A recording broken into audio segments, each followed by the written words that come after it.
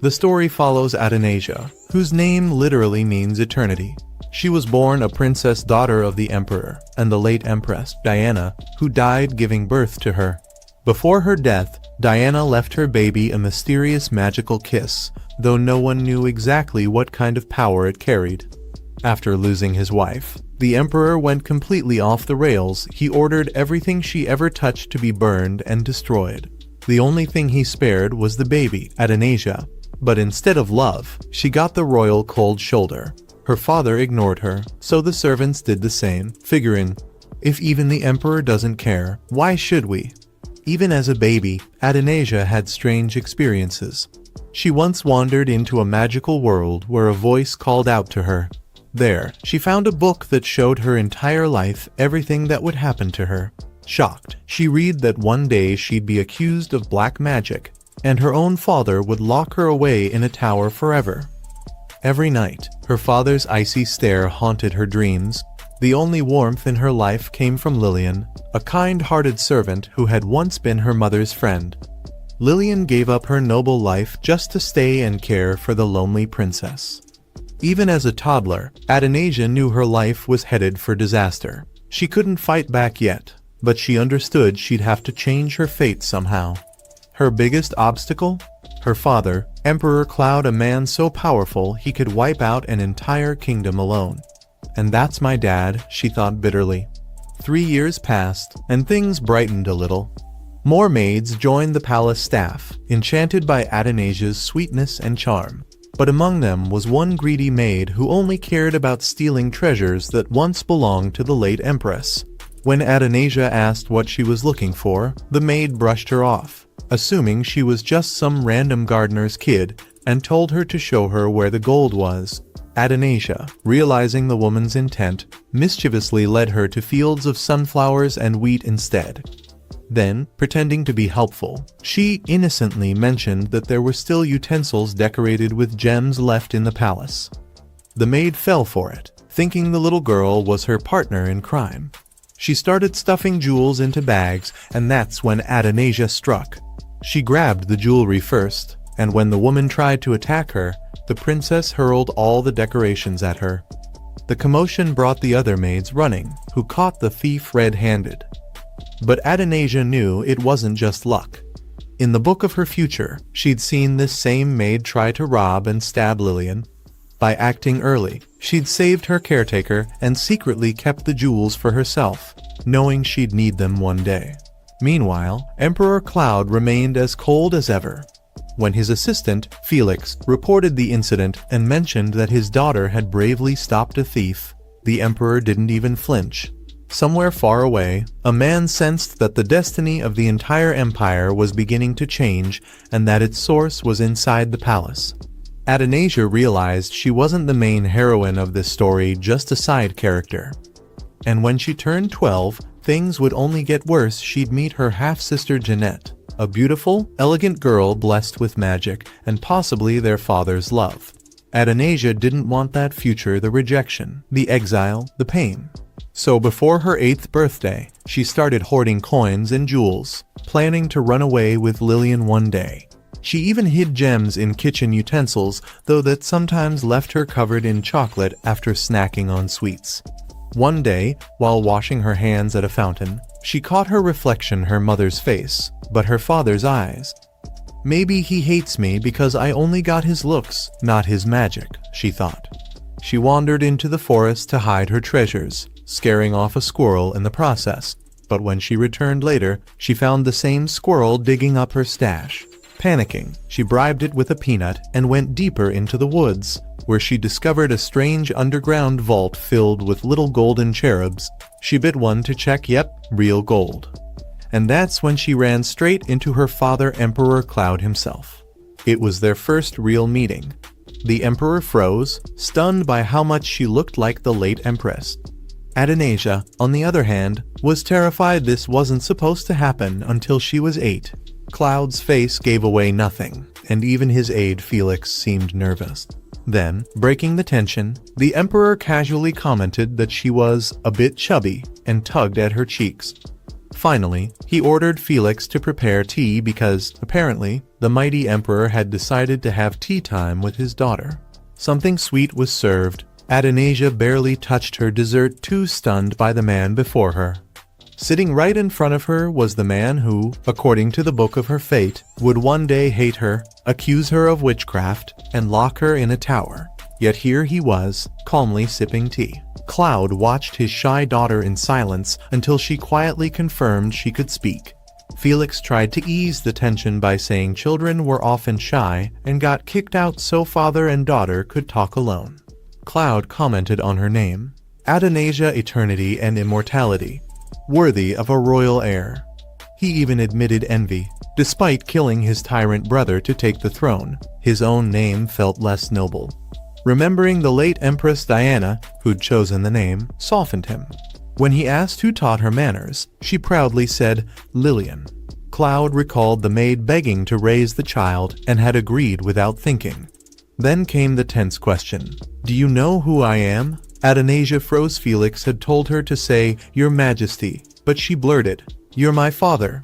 Expecting punishment, she panicked, but Cloud's eyes lit up with joy. Later, Felix returned her to the worried servants, announcing that the emperor wanted to see her again, shocking everyone. When Cloud summoned Lillian and Adonijah, he thanked the maid for raising his daughter, claiming royal duties had kept him away, but that Adonijah would now live by his side. Everyone rejoiced except Adonijah, who still suspected her father might be a demon in royal robes. Her life changed overnight. Daily tea with the emperor, luxurious treatment, and new clothes. Yet she clung to her secret plan to escape before turning 8, taking her saved coins and jewels. Cloud, meanwhile, grew intrigued by her. He noticed her love for shiny things and began enjoying their awkward, sweet tea times. For the first time, she dared to hope he might truly love her. Then came the trip to the lake. Dressed beautifully, she beamed when Cloud called her healthy and plump, taking it as a compliment and even told him he looked handsome. He remained unreadable. They boarded a small boat, though Adonijah couldn't swim. As Cloud steered the boat with magic, she admired his radiant golden hair and wondered if her blue eyes matched his. Then she spotted a glowing lotus, reached for it, and fell into the water. Dragged down by weeds, she thought it was the end, until Cloud dove in and saved her, drying her instantly with magic. Calm but firm, he declared, Tomorrow, I'll teach her to swim. I won't let her be defenseless again. Later, Lillian explained that the glowing lotuses were magical traps, affecting only those without magic, making Adonijah the most vulnerable in the palace. That night, Cloud returned to the lake, where the lotuses formed an illusion of his late wife, Diana. For the first time, he admitted he no longer hated his daughter. The next morning, Adonijah awoke to chaos, a crowd of servants kneeling, newly assigned to her service. Even Felix knelt, pledging himself as her temporary personal guard. Little Adonijah dreams of someone with a familiar face, though she can't remember who it is. When she wakes up, she realizes she's being carried by Felix, who cheerfully tells her that His Majesty wants to have breakfast with her. Adonijah blinks in confusion. Why would the emperor himself want breakfast with her? And why doesn't he have guards around? Felix laughs, saying Claude needs none. His magic is enough. Then he adds that the emperor would love to be woken by his little princess. Adonijah nearly faints. Waking the emperor sounds like suicide. Still, she enters his grand chamber, filled with treasures and even a golden map. She spots Claude sleeping in a chair and notices a portrait of a man who looks just like the one who banished her in her dream. Mischievously, she pinches his cheeks, but when he stirs, she panics and hums a lullaby somehow. It puts him back to sleep. Later, Claude wakes with slightly red cheeks, and Adonijah awkwardly tries to talk about the palace. He smiles faintly and lets her explore freely. Felix then announces a nobleman's arrival, and before Adonijah leaves, Claude casually tells her to have breakfast with him every morning to her surprise. Exploring the palace, Adonijah searches for a portrait of her mother, Diana, but finds only unfamiliar faces. Finally, she discovers a burned painting bearing her mother's name. Nearby, nobles gossip cruelly about her lack of magic and her mother's lowly background. Before they can mock further, Claude appears, his icy glare silencing them. He orders that Diana's name never be spoken again. Hidden, Athanasia realizes how deeply her mother's memory pains him. That night, she stares at the ruined painting, hums her lullaby, and falls asleep. The next morning, she joins Claude for breakfast again, trying to appear confident. He mostly listens in silence. When she tastes his tea and says, "It tastes like flowers blooming in my mouth," Claude freezes. Those were Diana's exact words. He quickly changes the subject, and Athanasia realizes she's struck a nerve. Heartbroken, she later burns her drawings of her mother. Meanwhile, Athanasia overhears Felix and Lillian discussing, showing her Claude's memories of Diana. Frightened, she begs them not to, fearing her father will hate her. Felix assures her Claude never hated her or Diana, showing her the palace's magic barrier which only she and Diana can freely pass. That night, Claude sits alone with the restored drawings. When Athanasia visits, saying she missed him, he hugs her and murmurs, "You're becoming bold, just like your mother." He teases her to sing the lullaby again, this time while he's awake. As she sings, Claude's magic fills the room with warmth and light, revealing memories of Diana smiling. Father and daughter watch together, their hearts softening. When the song ends, they drift to sleep side by side, surrounded by gentle light and long-forgotten peace. The Emperor wished to assign Princess Athanasia a study partner, since her powers still hadn't awakened. The Duke wasted no time and offered his son Smart, 3 years older, and apparently everyone's favorite overachiever. But in Athanasia's dreams, that same guy had introduced another girl as the future heir to the throne and used her to climb the royal ladder. Now, in the present, he supposedly liked that same girl too. Athanasia was convinced he just wanted to cozy up to her for power. Before anyone could say more, she cut them off. Yes, she knew the Duke's son was talented, well-read, and probably thought he was some kind of prodigy. But so what? She'd already studied everything he had alone. She didn't want foolish friends. No one could match her in studies. The only thing he had over her was magic, which, to her, was an unfair advantage. They dropped the topic for another day. In Aeolus, there was a magical planetarium that measured how much magic someone had. The faster it spun, the stronger the person. When Athanasia tried it, though, it didn't move at all. Her father was powerful. Her mother had danced with magic in every motion, so how could she have none? 2 years passed. While her maid bought fruit in the market, people gossiped about how much the Duke adored his daughter. He'd even built her a private library. Everyone assumed Athanasia would inherit the throne. Then a mysterious man appeared. He noticed something strange. The maid wasn't supposed to be alive. Her fate had been rewritten. Soon after, that annoying Duke showed up again. 2 years hadn't changed him much. He worried that the princess still had no classmate and said he knew the perfect one, a girl his own age, whom he had taught personally. Athanasia's heart sank. It was the same girl from her dreams, the one destined to take her place. The newcomer was brilliant, especially in law. The plan was simple: get close to the princess, meet her father, and rise in power. But Athanasia didn't need law lessons. She could recite the whole code by heart. She was a true scholar, and she wanted classmates who were just as sharp. To make her point, she handed the Duke a book in a foreign language, one she had translated herself. "I don't want foolish friends," she whispered. Before heading to the garden, her father gifted her a book she'd long desired, written by a nameless magician and filled with ancient spells. He warned her that it contained a powerful enchantment, one that might awaken her magic. He wasn't sure it would work, but it was worth trying.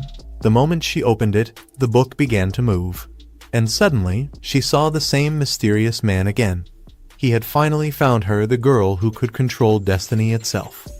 But Athanasia was still just a child, so naturally, she assumed he was mistaken. Then, out of nowhere, Felix stepped forward and, with one swift motion, the man pushed him back using magic. Before leaving, the man gave him a warning. "Never finish that spell. It's too dangerous." After that, Felix remembered nothing. Still curious, he told the Emperor that maybe the princess should have a friend her own age. The poor girl lived surrounded by adults and had no one to talk to. She must have been lonely. Meanwhile, Athanasia wasn't exactly impressed by the adults around her. In her mind, they were so useless they couldn't even control one child. Every morning, she sat for tea like royalty, the table overflowing with cakes. And now, finally, she was allowed to eat chocolate. Except, the ones she'd hidden in the kitchen had mysteriously disappeared. Her father, taking Felix's advice, asked gently if she wanted a friend her age. If she said yes, he'd find one. But she shook her head. "I already have friends and cakes. That's enough. I just want peace until I turn 18. Still, deep down, Athanasia knew she'd need to master magic if she wanted to change her destiny. So, ignoring the mysterious man's warning, she tried the spell again. The book's chains rattled and broke open. Suddenly, the same man appeared, staring right at her. "Are those eyes from the imperial family?" he asked. People with her jewel-like eyes were said to have died out 400 years ago. Her father was the current emperor, but those eyes were supposed to belong only to the ancient bloodline. The legend said that people with eyes like hers could wield immense power, yet she had none. So how had she managed to twist the threads of fate itself? The man decided she was too dangerous to know the truth and cast a spell to put her to sleep. But even as her consciousness faded, Athanasia refused to give up. He was about to end her life when a cloud appeared out of nowhere and swept her away. Terrified, she tried to cast a spell, and to her shock, a shimmering shield formed in front of her. For the first time, she smiled, thrilled by the spark of power. But her vision blurred, the world faded, and the last thing she saw was her father's boots, dripping with blood. As Athanasia collapsed from the wild surge of magic, panic tore through the palace. The king, terrified, ordered guards to summon the best healers in the empire. Soon, the Ruby Palace overflowed with top-tier wizards, but none could explain, let alone cure, her condition. One by one, they failed, leaving only silence and a worried king. Exhausted, the king stood by her bedside as Felix urged him to rest. But before he could, pain gripped his chest just as Lucas, the confident young sorcerer, entered the room, ready to take control. Meanwhile, in her dreams, Athanasia saw her mother singing softly before Lucas's voice interrupted, urging her to wake. Her eyes flickered open briefly, catching sight of him before she drifted off again. When she finally woke for real, Lucas teased her while she realized the pain in her chest was gone. He smugly revealed he'd saved her without him. Her heart would have exploded. Athanasia stared in disbelief, noticing he looked smaller than usual. When the king, Felix, and Lily entered, relief flooded the room. Lily wept, saying she'd prayed for her every day. Athanasia, touched, was stunned to learn she'd been asleep for a month. The king gently lifted her, asking if she felt pain. She assured him she was fine and asked if he'd worried. Of course he had. Lucas then cut in, explaining her magic had gone berserk and that he'd absorbed the excess to save her. The king anxiously asked if there were side effects. Lucas confidently said no and added that her magic was extraordinarily pure, powerful enough to make her the greatest ruler in history. Everyone was stunned. Lily cried with joy. Felix joked she might rival the king, but Lucas warned her power could surge again since her body wasn't ready. Right after that, he collapsed dramatically. The king rushed to help, but Lucas weakly insisted he was only drained, having used all his strength. The king, moved, promised him a reward and ordered him to stay at the palace to monitor her. Lucas bowed politely, but his sly grin revealed he was faking it. Athanasia saw through the act immediately. Soon after, the king decided she'd move from the Ruby Palace to the Emerald Palace, the traditional home of royal princesses. Athanasia froze.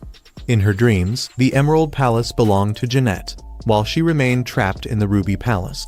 Her fate had changed, but fear crept in that Jeanette's arrival might bring the tragedy back. Later that day, Athanasia tried measuring her magical energy, but the device didn't even react.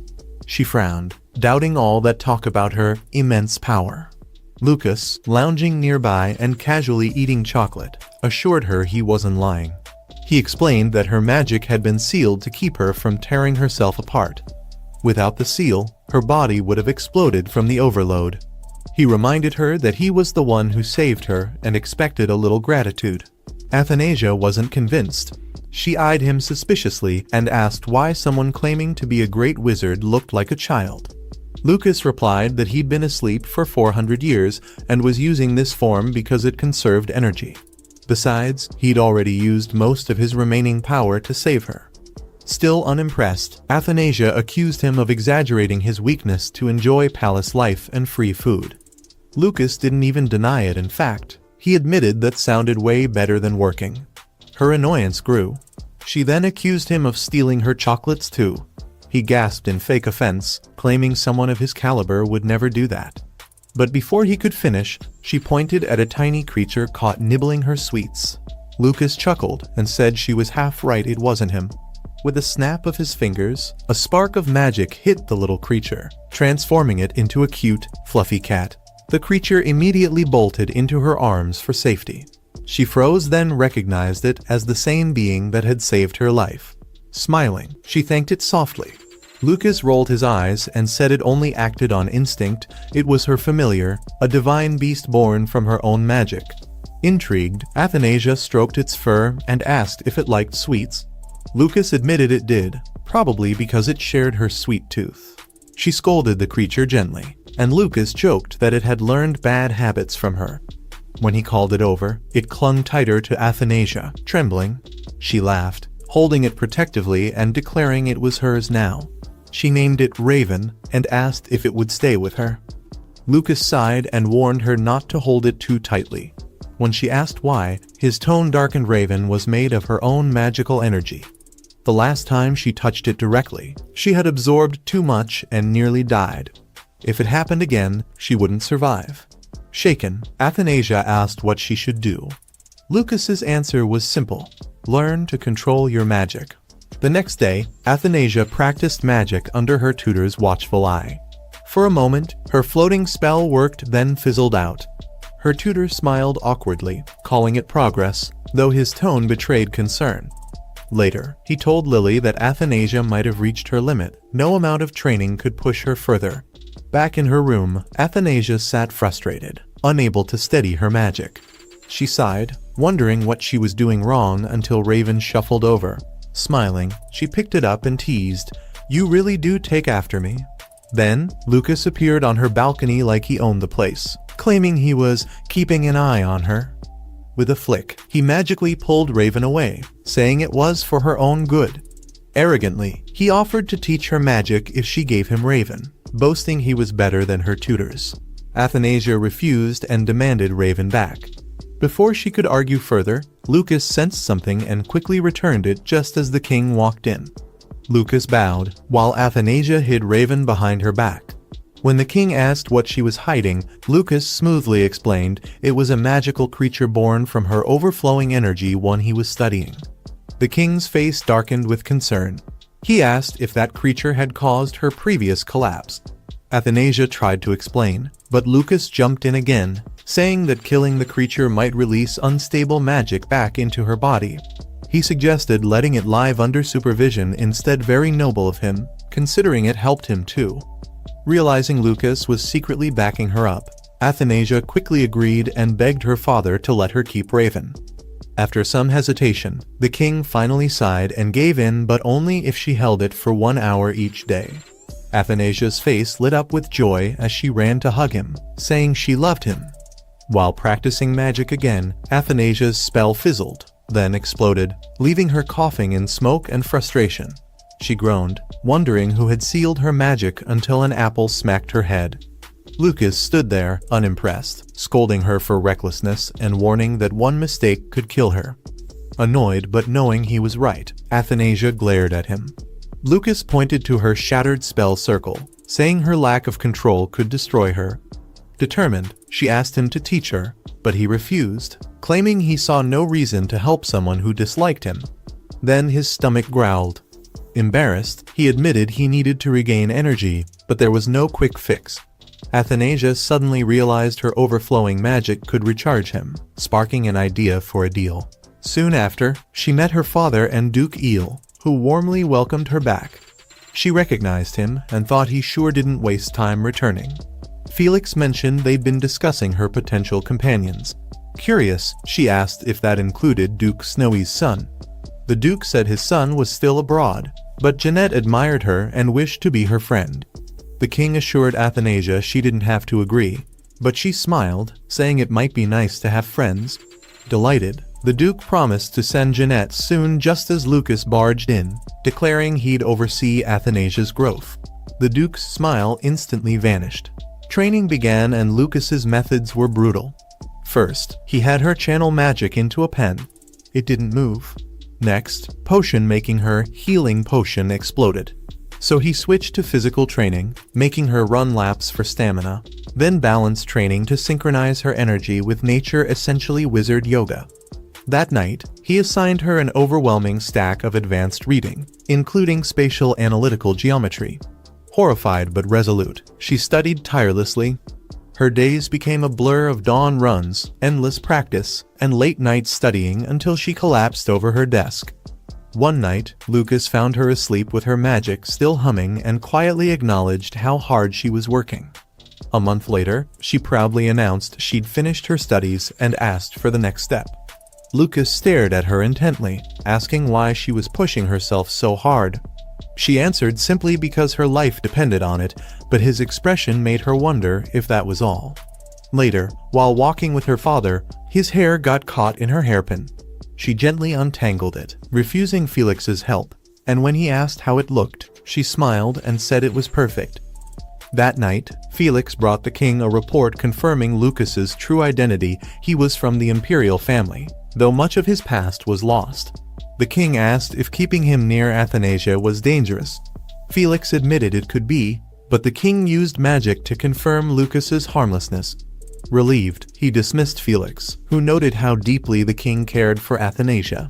Left alone, the king gazed out the window, quietly wondering for the first time what it truly meant to love. Athanasia believed she could master anything if she just worked hard enough, but she couldn't have been more wrong.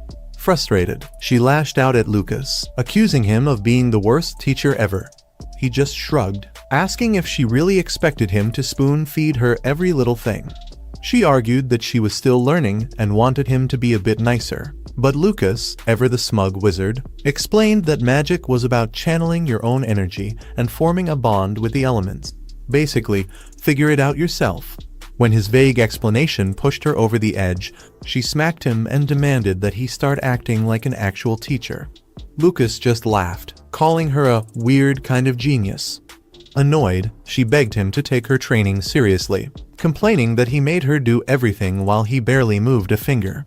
In response, Lucas casually showed off objects floated, tea poured itself, and the room cleaned up in seconds. He explained that this was his magic, but hers would have to come from her own effort.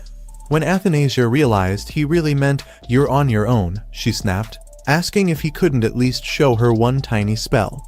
Lucas refused, saying that magic that isn't earned can never truly belong to her. She demanded proper instructions. He laughed again, asking if she was finally admitting she was an idiot. Furious, she crossed her arms and refused to answer. Later at breakfast, she zoned out staring at a pomegranate, mumbling that she'd been trying to convince it to split open. Her father, King Felix, chuckled before gently advising her not to force things if it felt too hard. She should find another way. Encouraged, Athanasia decided she'd figure it out herself. Sometime later, Athanasia lay on the sofa, exhausted from studying. Lucas commented on her lack of manners, and she blamed his harsh training methods. He told her this was how magic had always been taught for the last 400 years. Surprised, she asked if he'd learned that way too, and he said yes. That's when she realized just how ancient he might be. Still, she admitted she didn't trust him. She knew nothing about who he really was. When she asked his real name or purpose, he only said, "I'm a great wizard." That's it. Athanasia called him impossible and muttered that maybe she should have asked Duke Alpheuse's son to teach her instead. Lucas raised an eyebrow and coolly replied, "Oh, really?" She compared the boy favorably nicer, more patient, not arrogant like Lucas. Amused, Lucas teased her, saying it sounded like she wanted to be friends with the boy. Before she could argue, he suddenly laughed and teleported her into the sky. Athanasia screamed as she plummeted, completely blanking on how to use magic. Just before she hit the ground, a young boy caught her. Ezekiel, Duke Alpheuse's son. Flustered, she apologized, but he just stared at her and asked if she was an angel. Caught off guard, she nervously said yes. But Ezekiel quickly noticed her bright blue eyes, the signature of the royal family, and realized who she really was. Still, he politely called her Lady Angel and asked why she fell from the sky. Before she could explain, his father appeared. Athanasia hid while the Duke scolded Ezekiel for wandering off. The Duke reminded him of his upcoming studies abroad, while Ezekiel worried about leaving his sister, Janet. His father dismissed his concerns, saying family duty came first and hinting that if the princess had liked him, he wouldn't have to leave at all. Hidden nearby, Athanasia realized this was all part of the Duke's plan. After his father left, Athanasia stepped out and asked if Ezekiel was okay. Though he smiled and said he was fine, she could see the sadness in his eyes. She decided to stay a little longer and listen. Sitting together under the quiet sky, Ezekiel admitted he felt trapped by his responsibilities. Being the heir wasn't freedom, it was a cage. Athanasia sympathized, then joked that he should just finish his studies quickly and prove his father wrong. He laughed for real this time, saying she was right, his father's coldness was just tough love. Hearing that, she smiled, admiring his resolve. But before she could say anything more, a magic circle flared under her feet and poof, she was teleported back home. Lucas stood there smirking, saying she looked like she'd had fun and was probably about to stay for dinner. Furious, Athanasia slapped him hard. He blinked, asking what that was for, and she shouted that it was for everything, sending her off without warning, yanking her back, and doing whatever he wanted without caring about her feelings. Lucas casually replied, "Didn't you want to be friends with Snowy's son?" Which only made her angrier. She yelled that he never listened, never helped, and always acted like an annoying know-it-all. On top of that, she didn't even get to say goodbye to Ezekiel. Now he probably thought she just vanished like a rude ghost. Lucas frowned, clearly unimpressed, and began casting another spell. "If it bothers you that much," he said coolly, "you can always go back and explain yourself." Before he could finish, Athanasia snapped, yelling for him not to make things even more complicated. Fed up, she turned away and muttered that she couldn't stand being around him another second.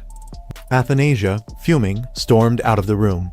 Lily called after her that dinner was almost ready, but she ignored her and kept walking. As she crossed the quiet garden, her anger burned hotter. She swore she wouldn't speak to Lucas ever again. Reaching the lake, she collapsed onto the grass, frustration melting into despair. 2 whole weeks had passed, and she still couldn't use any new magic. Lucas's cryptic words, "acquire it yourself," echoed in her mind, and a chill ran through her.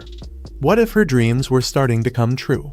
A soft voice echoed from the lake, freezing Athanasia in place. It was her mother's. The rippling water formed her mother's smiling face, telling her it was okay if she couldn't use magic. Hope filled Athanasia's heart as she reached out, but the image vanished like mist. Suddenly, the lake pulled her under. Tangled roots from the dream lotus wrapped around her legs, dragging her into the cold depths. Sensing the magical disturbance, Lucas teleported to the source.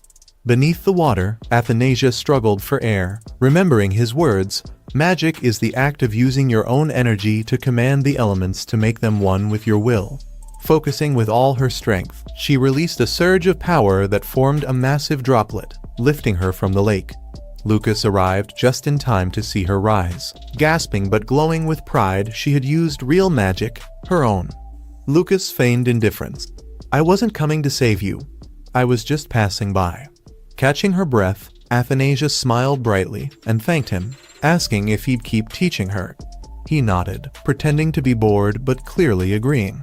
As they walked back under the moonlight, Lucas broke the silence. "You really had the nerve to punch me, huh? Brave for someone your size." Athanasia grinned. "What, planning to hit me back?" He sighed. "No, I don't fight children," she smirked. "Funny, you don't look that much older than me." When they reached the palace, Lily hurried over, worried. Athanasia claimed she'd just been lying on the grass, only for her father's voice to sound behind her. "Just lying on the grass, was it?" Felix appeared, eyeing them suspiciously. And what kind of magic practice was this? Before Athanasia could respond, he grabbed Lucas by the collar and picked her up with his other hand. A scene the maids would surely gossip about for days. As Athanasia chanted, a teacup floated smoothly into her hand. Delighted, she looked to Lucas, who nodded approvingly though he credited his own teaching. When she teased that she'd worked hard too, he decided to show off, raising everything around them into the air. Startled, Athanasia yelled for him to stop, and with a flick, everything including her crashed down. Smugly, Lucas asked if she was impressed. Half annoyed, she admitted he was amazing. Then he sipped from a teacup hers and she demanded it back. Later, frustrated with her slow progress, Athanasia decided to ask Akil for help and realized she'd never said goodbye to him properly. When she asked Lucas to send her to the Duke's mansion, he teased, "You sure it's help you want, not the Duke's son?" She rolled her eyes, but he refused, claiming his mana was too valuable. When she pointed out his recent magic display, he reminded her she'd scolded him last time. So she flattered him, calling him the most powerful and handsome mage alive until he sighed and cast the spell. Unfortunately, she appeared high above the Duke's mansion and fell straight down the chimney. A log then hit her head. Akil was staring in shock. Trying to play it cool, she greeted him, saying she'd come to bother him again. He chuckled that she always found new ways to surprise him and helped her out of the fireplace. When she joked about being a fairy tale angel, he dryly replied, "I've never heard of one that enters through chimneys." As he brushed ashes from her dress, she noticed his gentle warmth. When he commented that her eyes looked different, she froze, remembering Lucas had changed them to his garnet hue, and quickly told him to stop staring. Then, when Akil asked why she'd come, she admitted she hadn't said goodbye. Smiling, he said he was glad to see her again. He'd even wished for it that morning, making her blush. Noticing his packed bags, she asked about them. He said he was leaving for Atlanta in 2 days to study. The name made her heart sink. Atlanta was far away, far from the peaceful life fate had planned for him. As she stepped back, she tripped over a book, but Akil caught her. When she tried to pick it up, he stopped her gently. Watching him, Athanasia realized how much he'd changed, already becoming the man fate intended him to be. Just then, someone knocked. It was Jeanette. Akil greeted her warmly. She offered to help him clean, then invited him to the greenhouse to see the roses. Athanasia quietly observed, her heart tightening at how natural they seemed together. Jeanette was every bit the gentle, radiant girl Athanasia had seen in her dreams, the one destined to be loved by everyone. As Athanasia turned away, a voice suddenly spoke behind her. It was Lucas. Startled, she asked when he'd appeared. Ignoring her panic, he asked who the other person was. "You mean Akil?" she asked. "No," Lucas replied calmly. "The girl, Jeanette. Tell me, is she a chimera?" Athanasia blinked, confused. Lucas explained, "A chimera is a child changed through black magic." Meanwhile, in the greenhouse, Jeanette cheerfully took Akil's hand, pulling him along to show him something. Lucas and Athanasia secretly followed, hidden by a magical shroud. When Athanasia whispered, asking what he was doing, Lucas replied, observing. "Don't interrupt." Watching Jeanette laugh with Akil, he frowned. "No matter how I look at her," he murmured, "her mana isn't purely royal. There's something else in it, something dark, a trace of black magic." Athanasia instantly snapped, saying Lucas was going too far. He just smirked, clearly enjoying himself, and teased her for defending Jeanette so fiercely. Then, raising an eyebrow, he pointed out that Jeanette also had the blue eyes of the royal family and slyly asked if she was Athanasia's sister. Athanasia froze, stammering that she didn't know. Lucas didn't seem to care. He simply turned away and said they should keep following. Fuming, Athanasia called after him, accusing him of being a stalker, and ran to stop whatever nonsense he had planned next. Up in the greenhouse, Akil smiled softly and asked Jeanette what song she wanted to hear. She beamed, saying she loved anything he played. With a calm nod, he sat down at the piano, his fingers gliding over the keys as a gentle melody filled the room. Meanwhile, Athanasia and Lucas were still sneaking closer.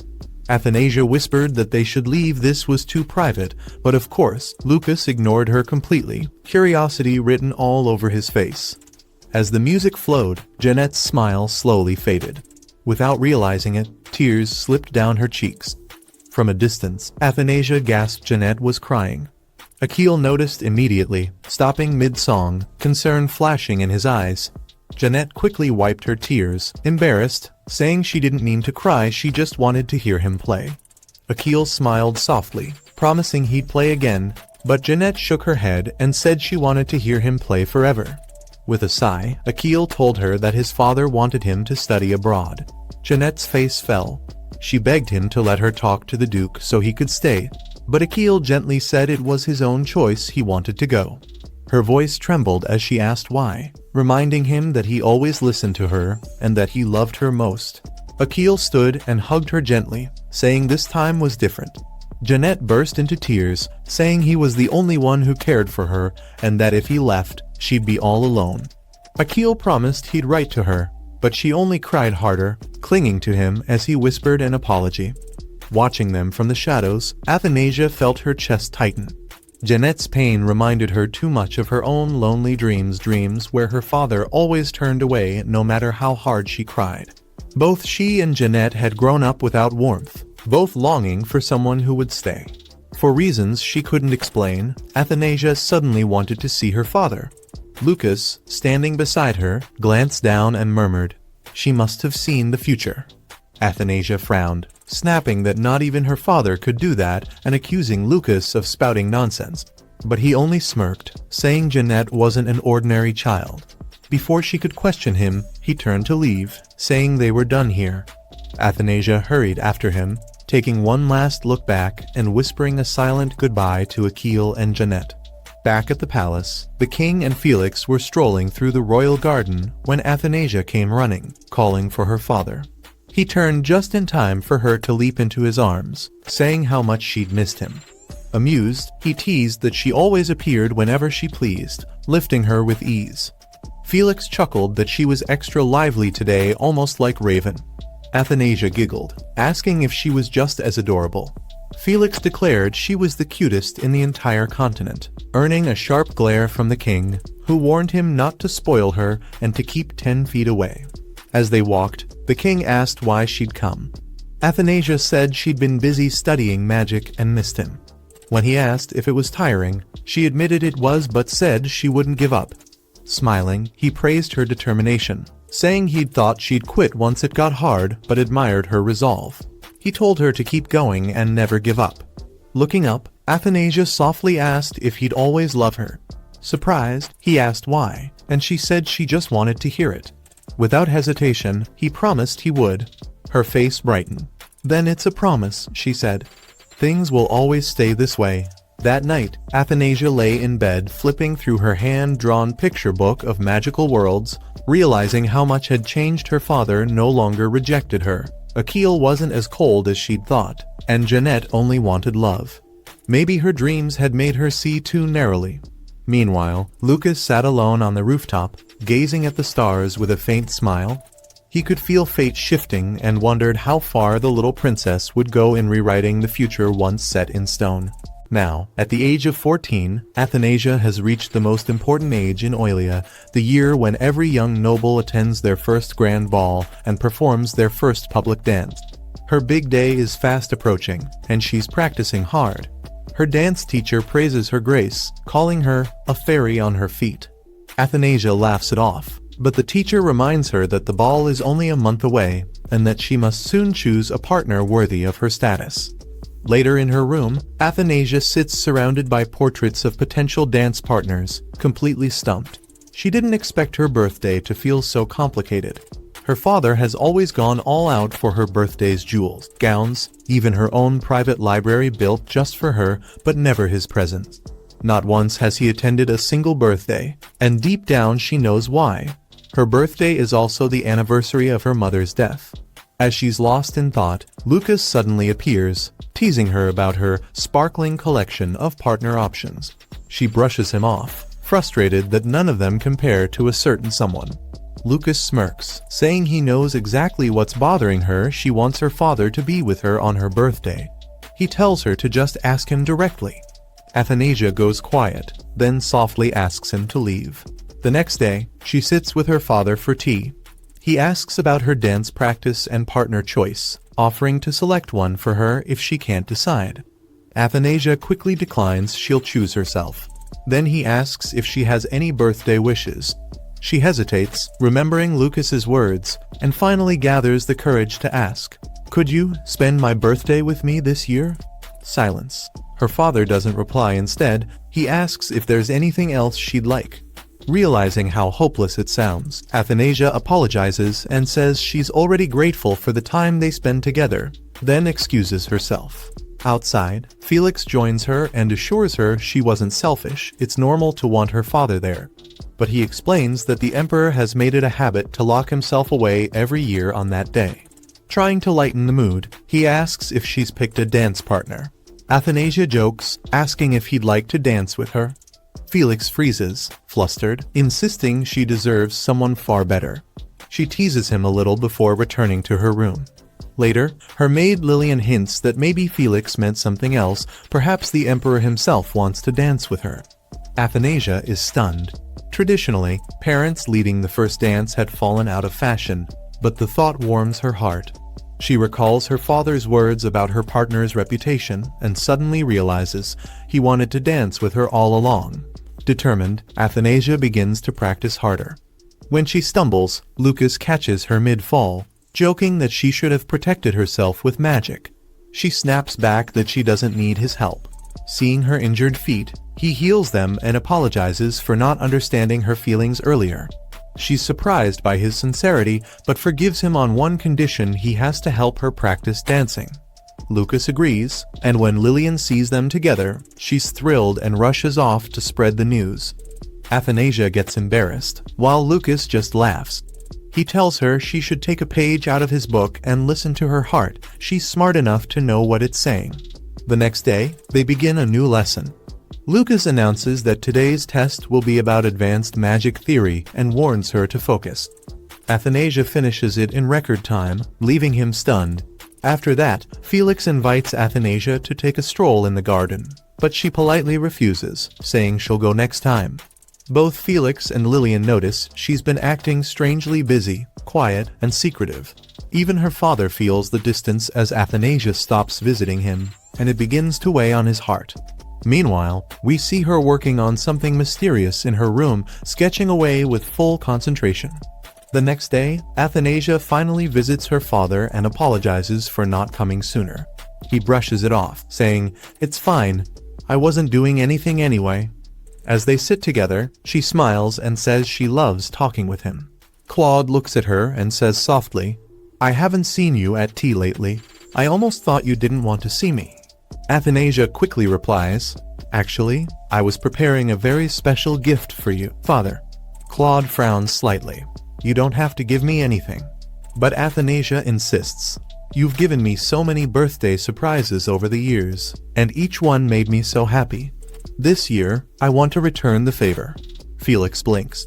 "Wait, you want to give a gift on your birthday instead of receiving one?" Athanasia grins. "There's no law in Obelia that says I can't." Felix laughs and agrees. "You're absolutely right." Claude chuckles too. "You've always been one of a kind. So, what did you make?" She proudly presents a painting she drew herself. Even with all the beautiful paintings in the palace, something always felt missing. "So, I made this for you. I hope you like it." Felix looks amazed. "So that's why you've been hiding in your room all this time, working tirelessly and even using magical dye?" Athanasia nods. "Yes, I want this painting to last forever." Claude's expression softens. "You've had dance practice, studies, and yet you still found time to paint. You really are diligent." Athanasia looks at him warmly. "You've always wished for my happiness, father. So I hope this gift brings you a little happiness too. And at the ball, I'd like to grant your birthday wish. Will you be my partner for the first dance?" The scene shifts to her birthday celebration. Servants gather around, smiling and saying, "Happy 14th birthday, Your Highness." She thanks them all, invites them to enjoy cake, and shares the moment with pure joy. Later, back in her room, she sighs happily. Today was such a wonderful day. Then Lucas appears, fashionably late. She teases him. "You're late. Where's my birthday gift? Don't tell me it's another crow." Lucas smirks. "I'm a great magician, not a free one. Now close your eyes and count to 3. She does, and when she opens them, glowing bubbles of light float in the air like magic fireworks. Athanasia gasps in awe. Lucas grins. So? Impressed? She smiles brightly. Thank you, Lucas. It's beautiful.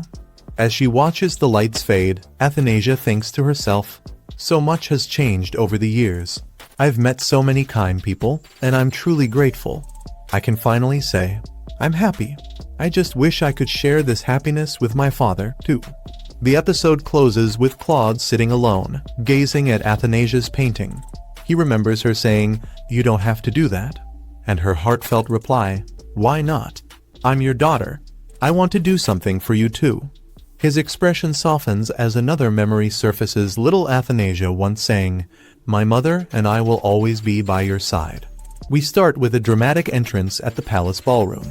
Emperor Claude walks in with Jeanette, proudly introducing her as the shining son of Obelia and its precious pearl. The nobles applaud loudly, then immediately start whispering. They gush over Jeanette's beauty and elegance while comparing poor Athanasia to a plain wall. They even complain that she isn't being presented and that the emperor barely acknowledges her. Athanasia hears every single word and desperately wishes her father would just look her way. But before her heart can break any further, she wakes up, gasping, just another nightmare. While practicing her dance steps, she tries to follow the instructor's advice to move with rhythm and balance, and then instantly falls over. The instructor worries she looks painfully tired and reminds her that nobles from all over the empire will attend her debut. The emperor is expecting great things, so she must perform perfectly. Athanasia agrees. This day is important to her, too. If Jeanette shows up, the emperor will finally realize he has more than one daughter. She remembers asking him to be her first dance partner, and how he never answered, so she forces herself to keep practicing even though she's exhausted. The maids whisper among themselves, scared she's pushing her body too hard. When they report to Lily, she immediately realizes Athie must be anxiously waiting for the emperor's reply. Just then, a maid rushes in with news from the Garnet Palace. A few minutes later, Athanasia hears the announcement herself. The emperor will be her escort and dance partner. She freezes in shock before relief washes over her. Her dress and accessories have arrived too, so she excitedly gets ready to try them on. Later, she finds Lucas lying on a sofa like a lazy cat. She offers him sweets and praises him as the greatest wizard alive, instantly making him suspicious. When she finally admits she wants him to turn into his adult form to practice dancing, Lucas refuses immediately. He reminds her how she stepped on his feet over and over last time. She insists she's improved, but he just waves a hand and creates a flimsy paper golem, telling her to dance with that because he's busy breathing. Athanasia grabs the paper doll's hand and nearly screams it looks like a cursed arts and crafts project. Lucas teases her to be careful not to hurt its feelings. When she begs him to at least make it move like a real person, he says he could, but absolutely will not. She tries anyway and ends up stepping on the doll, falling and collapsing with it. Lucas bursts out laughing, saying she looks like she's scrubbing the floor. She mutters that she should have asked Felix, and Lucas quickly warns her that the emperor ordered Felix to stay 10 feet away from her for safety. Annoyed, Athie insists she won't step on his feet anymore, but he still refuses. She sighs and wonders who else could help. Then she remembers hearing that Agekeel recently returned. She thinks about how the entire Alphuse family is preparing to present Jeanette at the ball. Lucas casually mentions that Agekeel graduated top of his class at Arlanta. When he notices her curiosity, he smirks. She admits she wonders how much he's changed after 7 years. Lucas shrugs and tells her to go see him, then, without warning, teleports her straight into the sky above Alphuse territory. She plummets downward screaming, but Agekeel catches her just in time. He's shocked yet happy to see her after so many years. She's surprised he looks so different, but he says he recognized her immediately.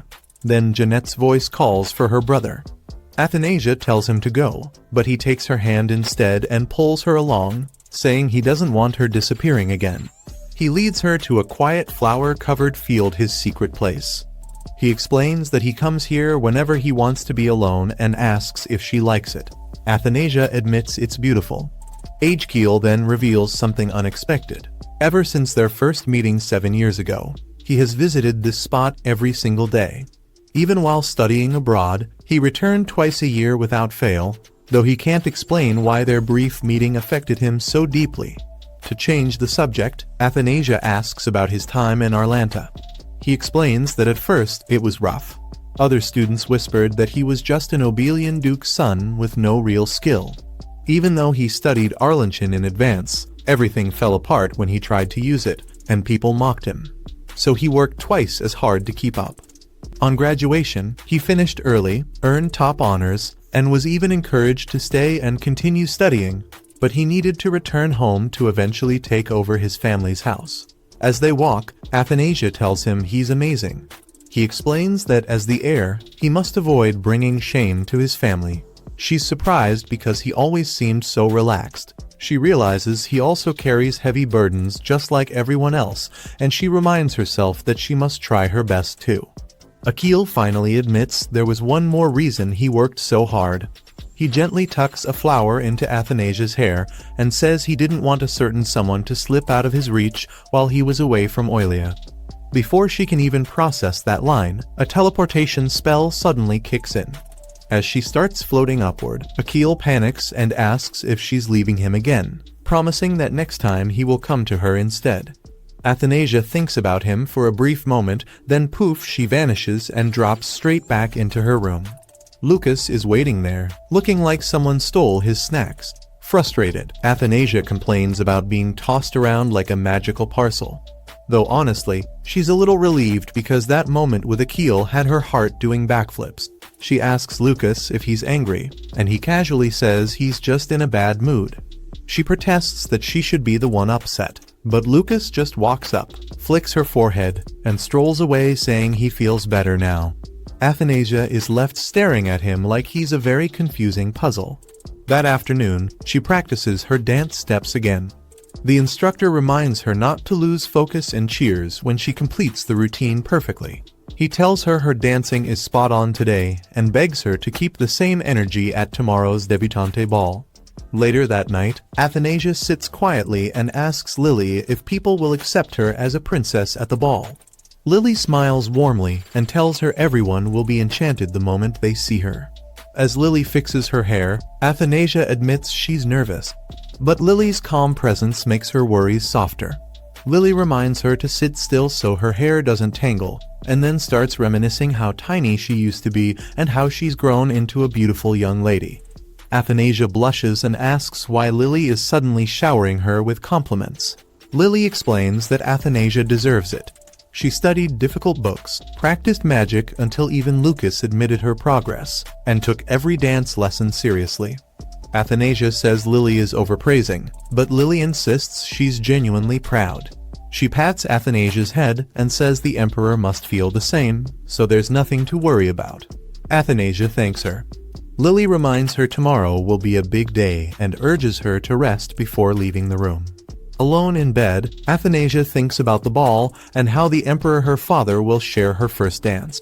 It's something that never happened in the future she once saw.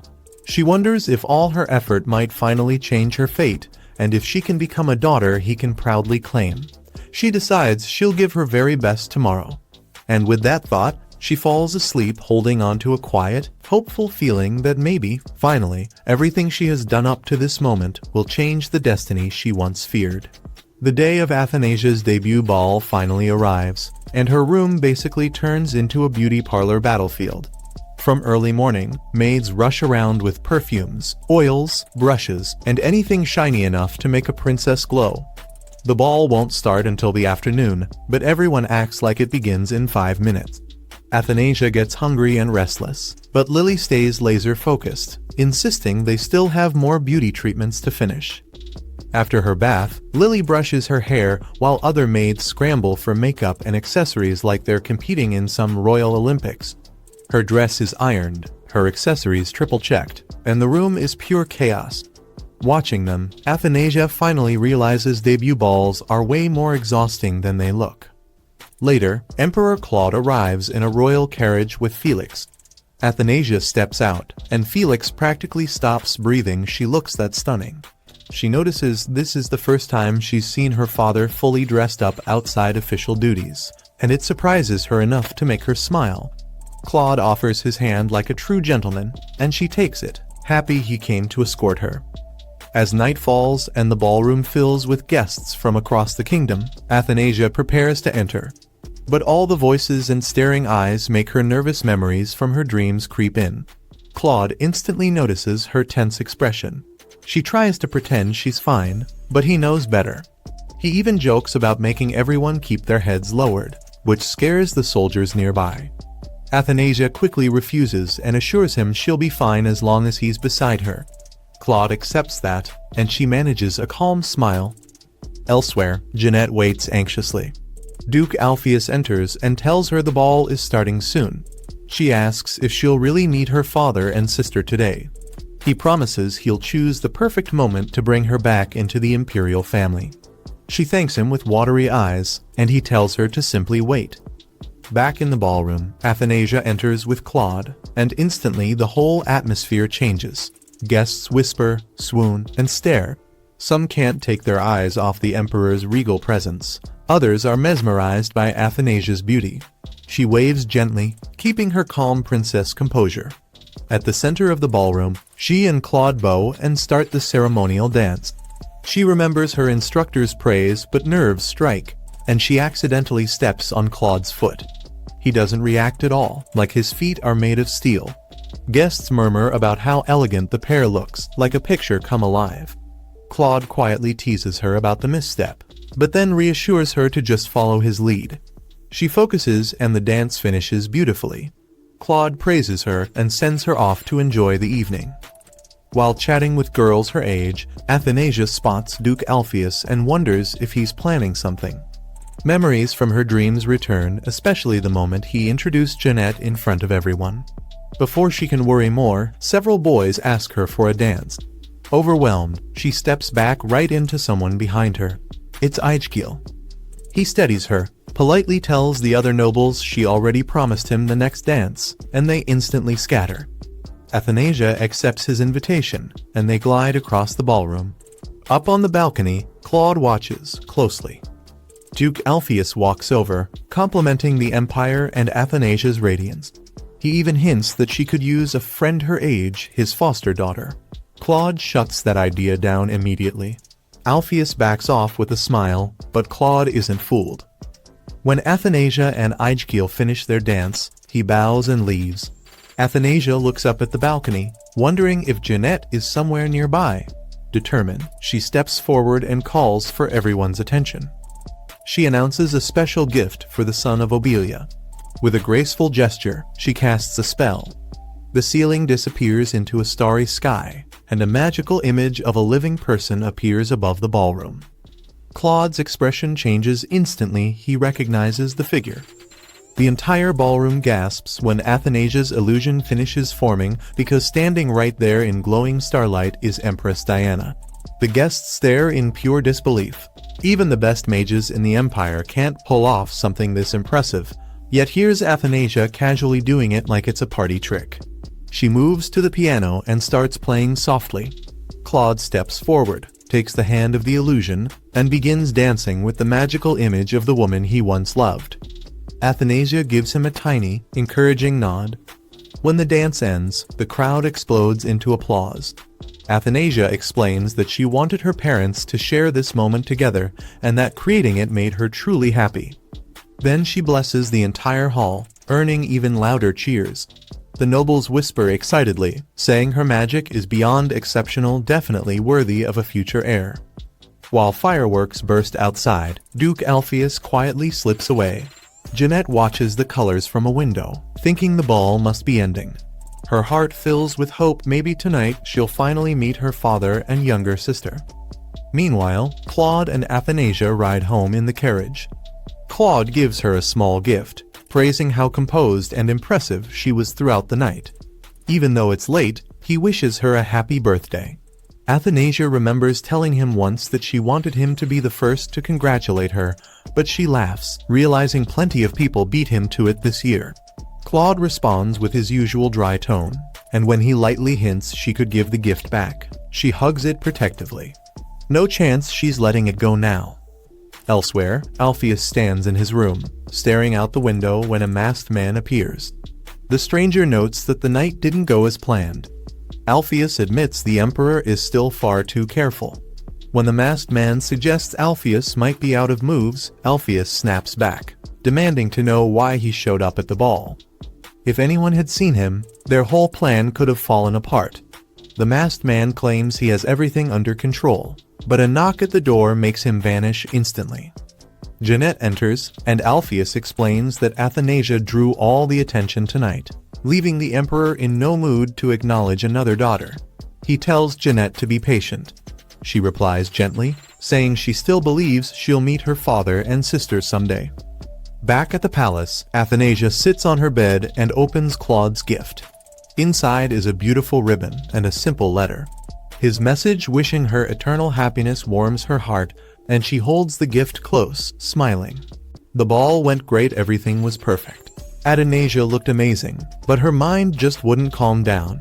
She kept worrying about that conversation between Alpheus and his father.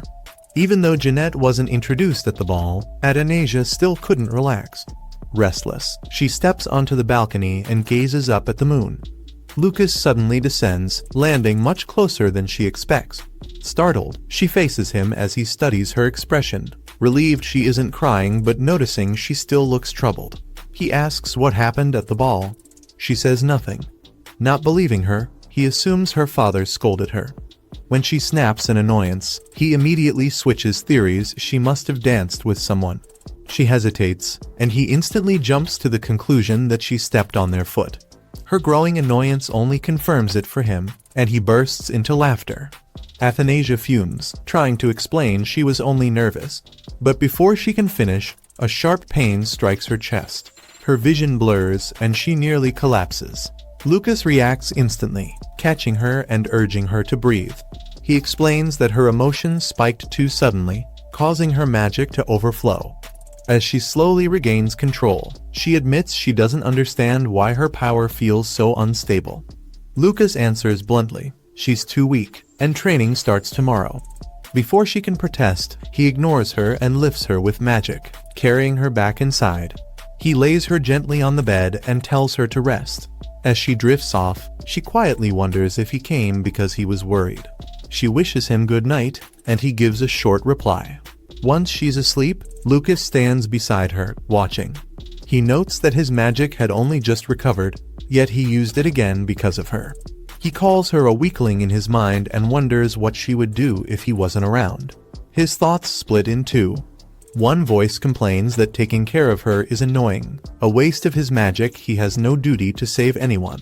The other voice argues that Athanasia wouldn't survive without him, and that they're friends whether he wants to admit it or not. The first voice refuses to accept that. The second calmly insists he already knows the truth, he just doesn't want to acknowledge it. The argument grows louder in his mind until he finally sighs and clears his thoughts. In the end, he decides it doesn't matter. When Athanasia murmurs in her sleep, he gently uses magic to calm her. He stays beside her a little longer, thinking it's pleasant, and staying briefly shouldn't hurt.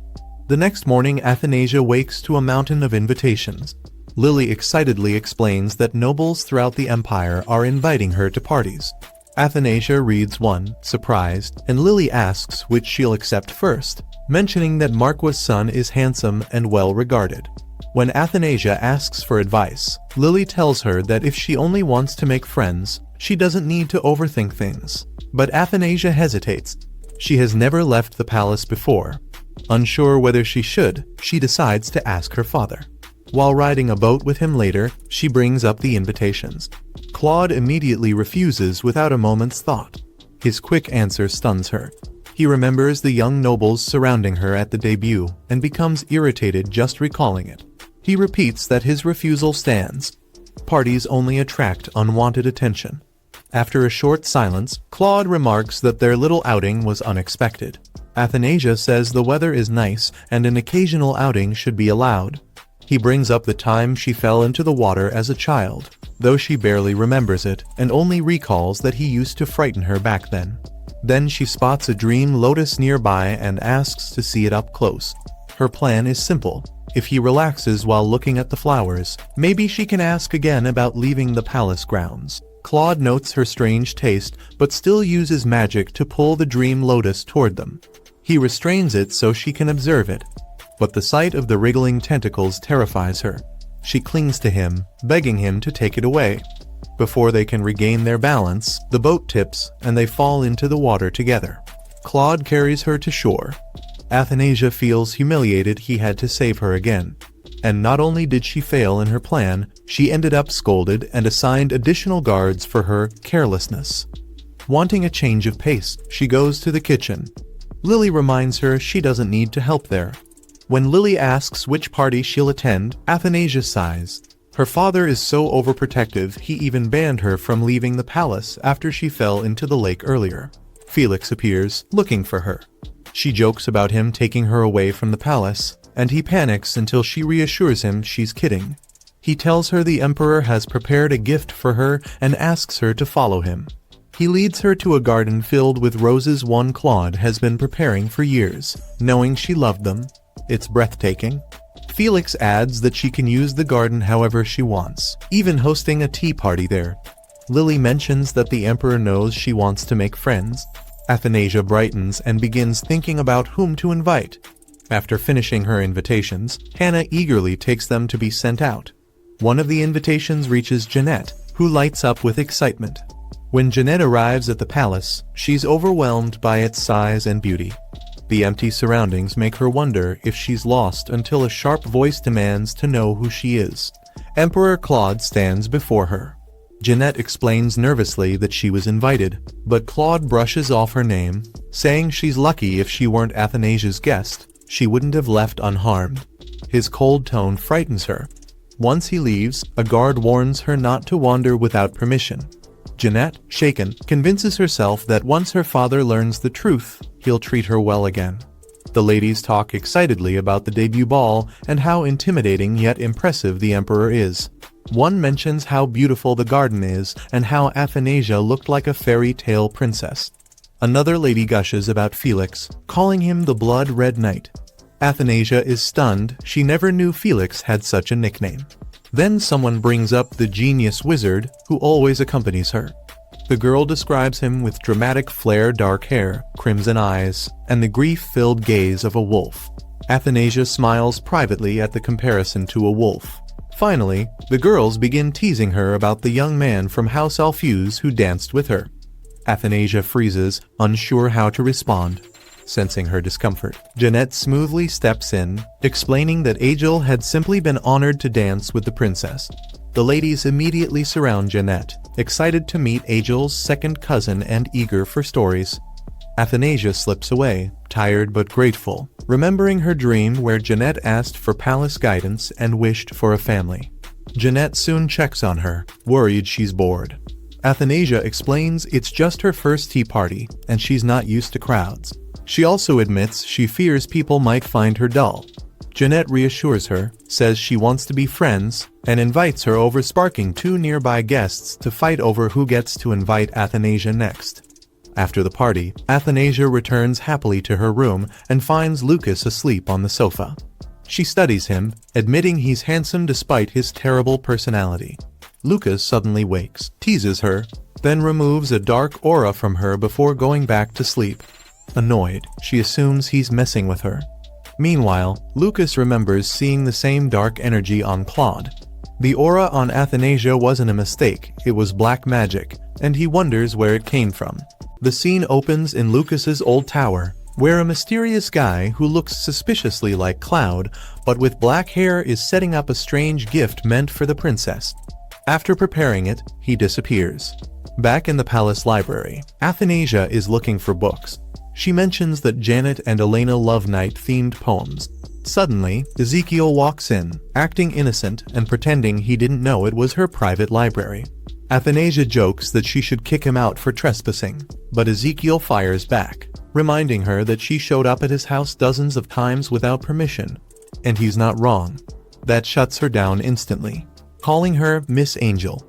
Ezekiel apologizes politely and says he'll gladly accept any punishment. He also admits he's happy just to see the girl who keeps invading his thoughts and asks if he can stay by her side. Right as he tries to get closer, Lucas appears like a wolf guarding his territory. He tells Ezekiel it is a problem and that the Emperor wouldn't allow him inside Athanasia's private library. Ezekiel snaps back, asking if Lucas, a magician, even has permission to be here. Lucas coldly says he serves the imperial family and asks if Ezekiel thinks he has the right to question him. Athanasia watches in disbelief as the charming sunshine boy and the lone wolf sorcerer stare each other down. She interrupts, reminding them she exists. She explains that Lucas actually does have permission to enter freely. Ezekiel then realizes Lucas is the mage who was chosen over him years ago. Lucas proudly confirms this, saying he found the library books quite interesting and hopes they meet again. Athanasia just sighs as Lucas gives Ezekiel the deadliest side eye ever. Lucas picks up the book he lent Athanasia and teases her for reading a romance novel. Later, as they walk through the garden, Athanasia scolds Lucas for acting so aggressively. Lucas shrugs it off, he couldn't care less about Ezekiel. Athanasia points out that Ezekiel comes from a wealthy, influential family, but Lucas doesn't care. In fact, she accidentally says Ezekiel is taller. Without missing a beat, Lucas transforms into his true adult form and asks her to repeat who she thinks is taller now. Looking down at her, he smirks and calls her tiny, embarrassing her even more. She yells at him to change back before someone sees him. Athanasia then thinks about what gifts she should get for the girls. Lucas tells her not to bother, but she insists it's important to return kindness, and they are her friends, just like him. Lucas freezes and asks if she thinks they're all equal. Athanasia quickly says no, he's the most important. Lucas immediately powers up with joy, and before she can explain, he grabs her to go gift shopping in the city. He teleports them into an alley and disguises them so they won't attract attention. They enjoy the market, buying food after food, when they suddenly spot Janet at a stall. Curious, Lucas uses magic to listen in. Janet is looking for a satin ribbon to give someone she's grateful to. The seller tells her she'll find it in the magical market, but warns her that it's a dangerous place. Janet, determined, heads there anyway. Athanasia panics and says they should follow her to protect her. When they arrive, the magical market is pure chaos, thieves, scams, shady magic everywhere. Janet enters a jewelry shop, but Lucas senses dark magic and tells Athanasia to stay put.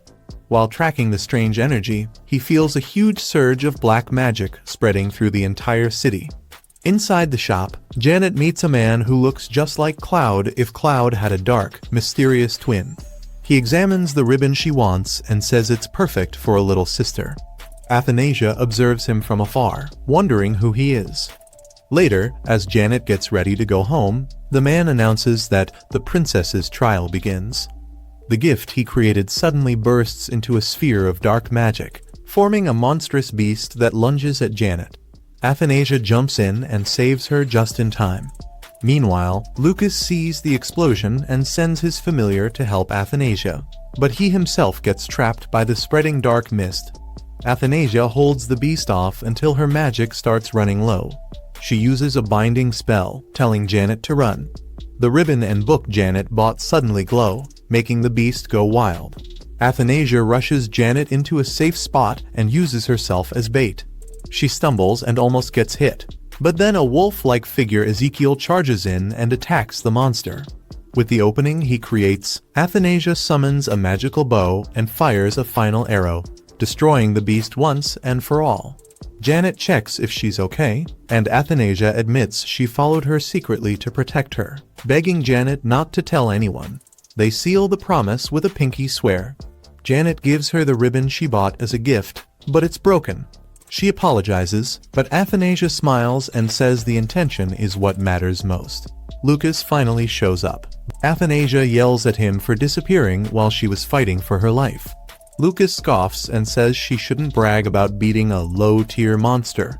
She gets even more annoyed, insisting it was still dangerous.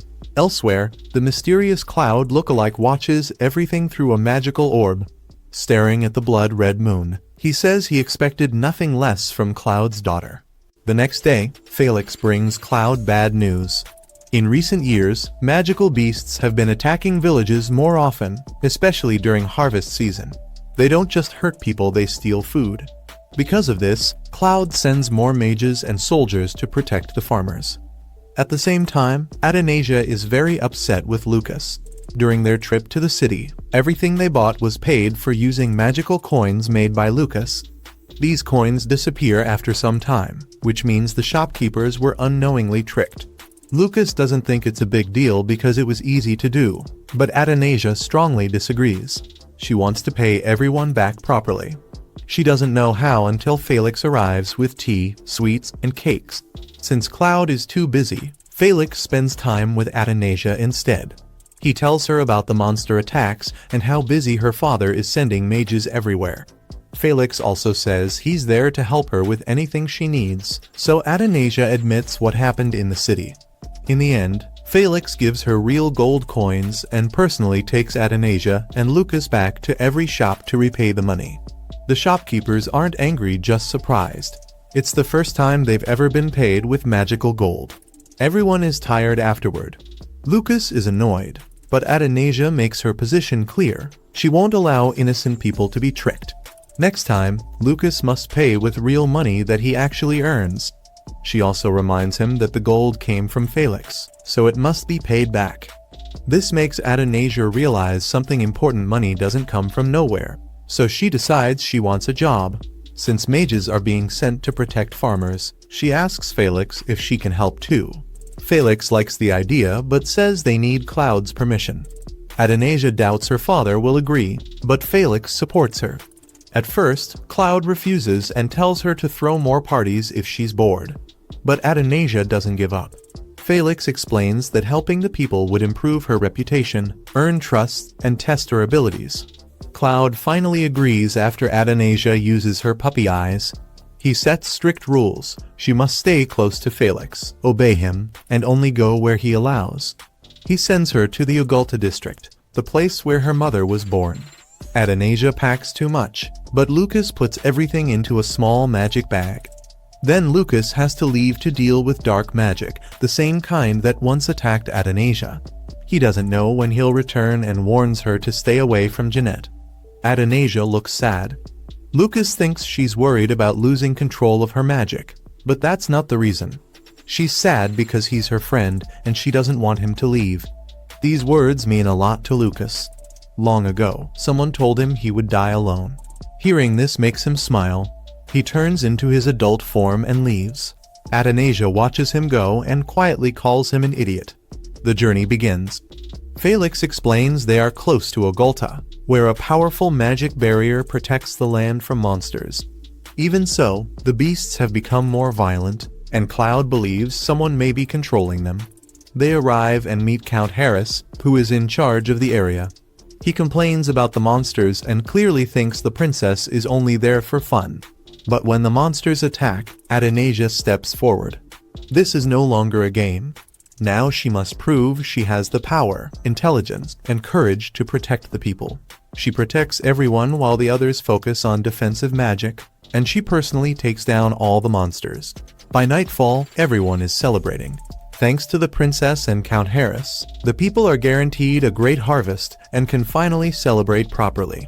The Count then approaches Adonijah to apologize. He admits he judged her unfairly at first until he saw that she truly carries the power of the imperial family. Through him, Adonijah also learns more about her mother. Diana was born in this very place, and Count Harris was there when Prince Cloud first met her. 16 years ago, Adonijah's uncle, Anastasius, attacked the empire using dark magic, throwing the land into chaos. Monsters destroyed crops, people starved, and everything fell into darkness. When the people needed help the most, Prince Cloud arrived with massive amounts of food, fought the monsters, and protected everyone. That's where he met Diana. She was healing the wounded, helping wherever she could, and at one point, she even danced with the prince. That was their first real connection, and the moment they fell for each other. Eventually, Cloud killed his brother Anastasius, and the Empire of Ovelia finally returned to peace. Adonijah is deeply moved by this story. 16 years later, she returned to the same place to do exactly what her parents once did: protect the people. The villagers now treat her with warmth and respect, and that makes her incredibly happy. But the peace doesn't last. Anastasius secretly enters Adenasia's room and repeats his old trick, placing dark magic on the hair ribbon Cloud gave her. He's clearly planning something dangerous once again. At the same time, Lucas arrives at the source of the dark magic, a tomb. Whose tomb? Anastasius's. Lucas coldly tells him that it's time to stop, because he should remember one simple thing. He's already dead. The next morning, Athanasia wakes up to a loud noise outside. Confused, she asks her maid what's happening, and she's told that today is the harvest festival. The maid even asks if Athanasia would like to go outside. When she looks around, Athanasia sees everyone busy decorating and preparing. Soon, Carrie arrives and informs Athanasia that she is today's special guest. He gestures toward her father, and Athanasia immediately runs over and hugs Claude tightly. Claude then reminds her of a promise she made. She was supposed to send him a daily report before coming here. Athanasia panics internally, realizing she completely forgot because so much has happened. She quickly apologizes, then asks the obvious question, why is he here? Felix explains that today is an important festival and that the king must perform a ritual at the source of magic. Claude then asks Athanasia if she would like to accompany him. Soon after, both the king and the princess are formally introduced to the crowd. This year, Claude and Athanasia will perform the ritual together. They are presented with the first harvest offerings, and the people cheer joyfully, believing this year's crops will be blessed. They travel by carriage until Carrie announces he can go no farther. From this point on, only the king and the princess are allowed to proceed. Everyone else stays behind to wait. Meanwhile, the scene shifts to Lucas, who returns to his tower while tracking traces of dark magic. Using his magic mirror, he confirms his suspicion someone is using forbidden black magic. Back with Athanasia and Claude, Claude explains that a great mage once protected this land and saved countless lives. Athanasia briefly thinks of Lucas, who often jokingly calls himself a great mage, but she dismisses the idea because of how unserious he usually seems. Ironically, he truly is that mage. They finally arrive at the source of magic, the birthplace of spirits and life itself. The sight is breathtaking. Athanasia suddenly feels a sharp tightness in her chest as magical energy floats gently around them. Claude warns her not to touch anything, explaining that the sacred tree only responds to pure and sincere hearts. Claude begins the ritual, offering gratitude to the source as the king of Obelia. He asks Athanasia to repeat after him. She introduces herself, presents the harvest offering, and places it before the tree. The tree accepts it, and Athanasia is overjoyed. But then dark magic appears. As Athanasia steps onto the water, the black magic activates. She begins to sink, unable to breathe, while magical plants wrap around her and drag her downward. Claude immediately dives in, using his magic to help her breathe underwater. He manages to save her at least for a moment. Then everything spirals out of control. The trees grow wildly and trap Claude. The magical circle shatters. With no other choice, Claude throws Athanasia upward to safety, sacrificing himself in the process. Athanasia wakes up to see Lucas standing before her. When she asks what he's doing there, he tells her he sensed her danger. Lucas notices the ribbon in Athanasia's hair and immediately realizes it was infused with black magic. He destroys it on the spot, confirming that this entire incident was planned. Panicking, Athanasia asks about her father. Lucas shows her Claude unconscious, trapped, and sealed within powerful magic. Athanasia desperately tries to wake him, but nothing works. Even Lucas admits that his magic is being suppressed here. And that's when Athanasia realizes something is terribly wrong. Athanasia can't stop thinking, why did Dad do that? Why did he trap himself just to save her? Suddenly, Felix's words echo in her mind. He once said that both Claude and Diana loved her deeply. Claude may never show it, but he cares more than anything. And Diana? She loved Athanasia with her whole heart. That's when Athanasia makes up her mind. She tells Lucas that she wants to enter the barrier. Lucas immediately warns her it's extremely dangerous. Because of the magical water, the purification process has already started. If she doesn't bring Claude out before it finishes, both of them could be erased completely. Athanasia doesn't care. She tells Lucas the truth: her father is the only family she has. Nothing else matters. She just wants to save him. Hearing this, Lucas has no words. He stays silent for a moment, then finally agrees to help. Lucas explains that using his magic, he can guide her close to Claude's mind, but she must come back before the purification ends. With no hesitation, Adonijah enters the barrier, looks toward her father, and promises, "No matter what happens, I'll save you." Inside, Adonijah begins floating through Claude's mind, his thoughts, his memories, and the first thing she sees is her mother. Most of Claude's memories revolve around Diana. The festival scene appears again, Diana dancing beautifully, smiling, while Claude can't take his eyes off her. That was the moment he fell in love. That was also the day Claude met Diana, when she introduced herself. As Adonijah runs through the memories trying to reach her father, she's suddenly swept away again. More memories appear, every single one connected to Diana. Even after her death, Claude never forgot her. Adonijah realizes something painful: her father never spoke about her mother, even though Diana filled his entire heart. Then comes the hardest memory. Claude tells Diana that she must not give birth to the baby. Diana refuses. She tells him, "She's our child." Claude replies that Diana matters more to him than anything, because he knows giving birth will kill her. But Diana chooses Adonijah. The moment from episode 1 appears, Adonijah's birth, and right after that, Diana dies. Watching this, Adonijah panics. Claude completely breaks down. He asks why Diana left him alone, and dark magic begins to surround him. Lucas's voice echoes in Adonijah's head, warning her that she's reached the core area and must hurry. Voices overlap, memories of her mother and father collide. Then Adonijah reaches a door. She opens it and sees Claude sitting alone, exhausted and broken. He asks why she keeps appearing in his dreams. Black magic covers his hands as he admits the truth: without Diana, the world feels like a nightmare. He just wants to forget everything. He uses dark magic on himself to erase his emotions. Adonijah desperately tries to stop him. She doesn't want him to forget Diana. She doesn't want him to forget love. But the world around them starts collapsing. Claude says that life without emotions feels empty, yet he believes this is how he was always meant to be. He seals himself inside a barrier once again. Adonijah cries out, telling him this isn't who he is. She begs him to wake up. No matter what, he has to wake up. Cloud refuses to deal with Adonijah or anyone else. He seals away his emotions using dark magic, and Adonijah desperately tries to break through his barrier, but she can't. Time is running out, and even Lucas is struggling to protect her from the outside. To make it worse, another version of Adonijah from an alternate life appears, the one who fell into dark magic just to get closer to her father and ended up exiled. She taunts our Athi, saying her father never loved her and would never care about her again. In that reality, Adonijah once saw a lively party but felt completely alone, so she left the Emerald Palace. She met Cloud, who ignored her, and Felix told her she could join parties once she turned 14. This darker Adonijah keeps tormenting her, saying her father never showed her love and that when she finally turned 14, the kingdom would celebrate a princess, but not her.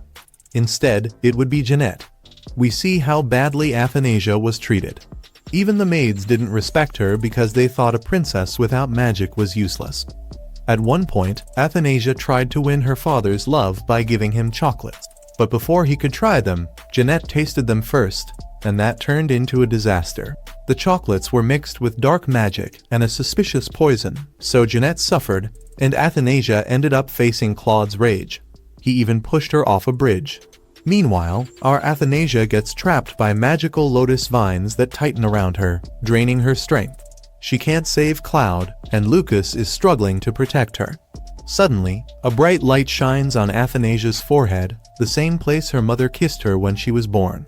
A powerful magic awakens, and Adonijah hears her mother's voice. Diana appears, covers her with kisses, and finally gets to talk to her daughter. Adonijah admits she doesn't have the strength to save her father.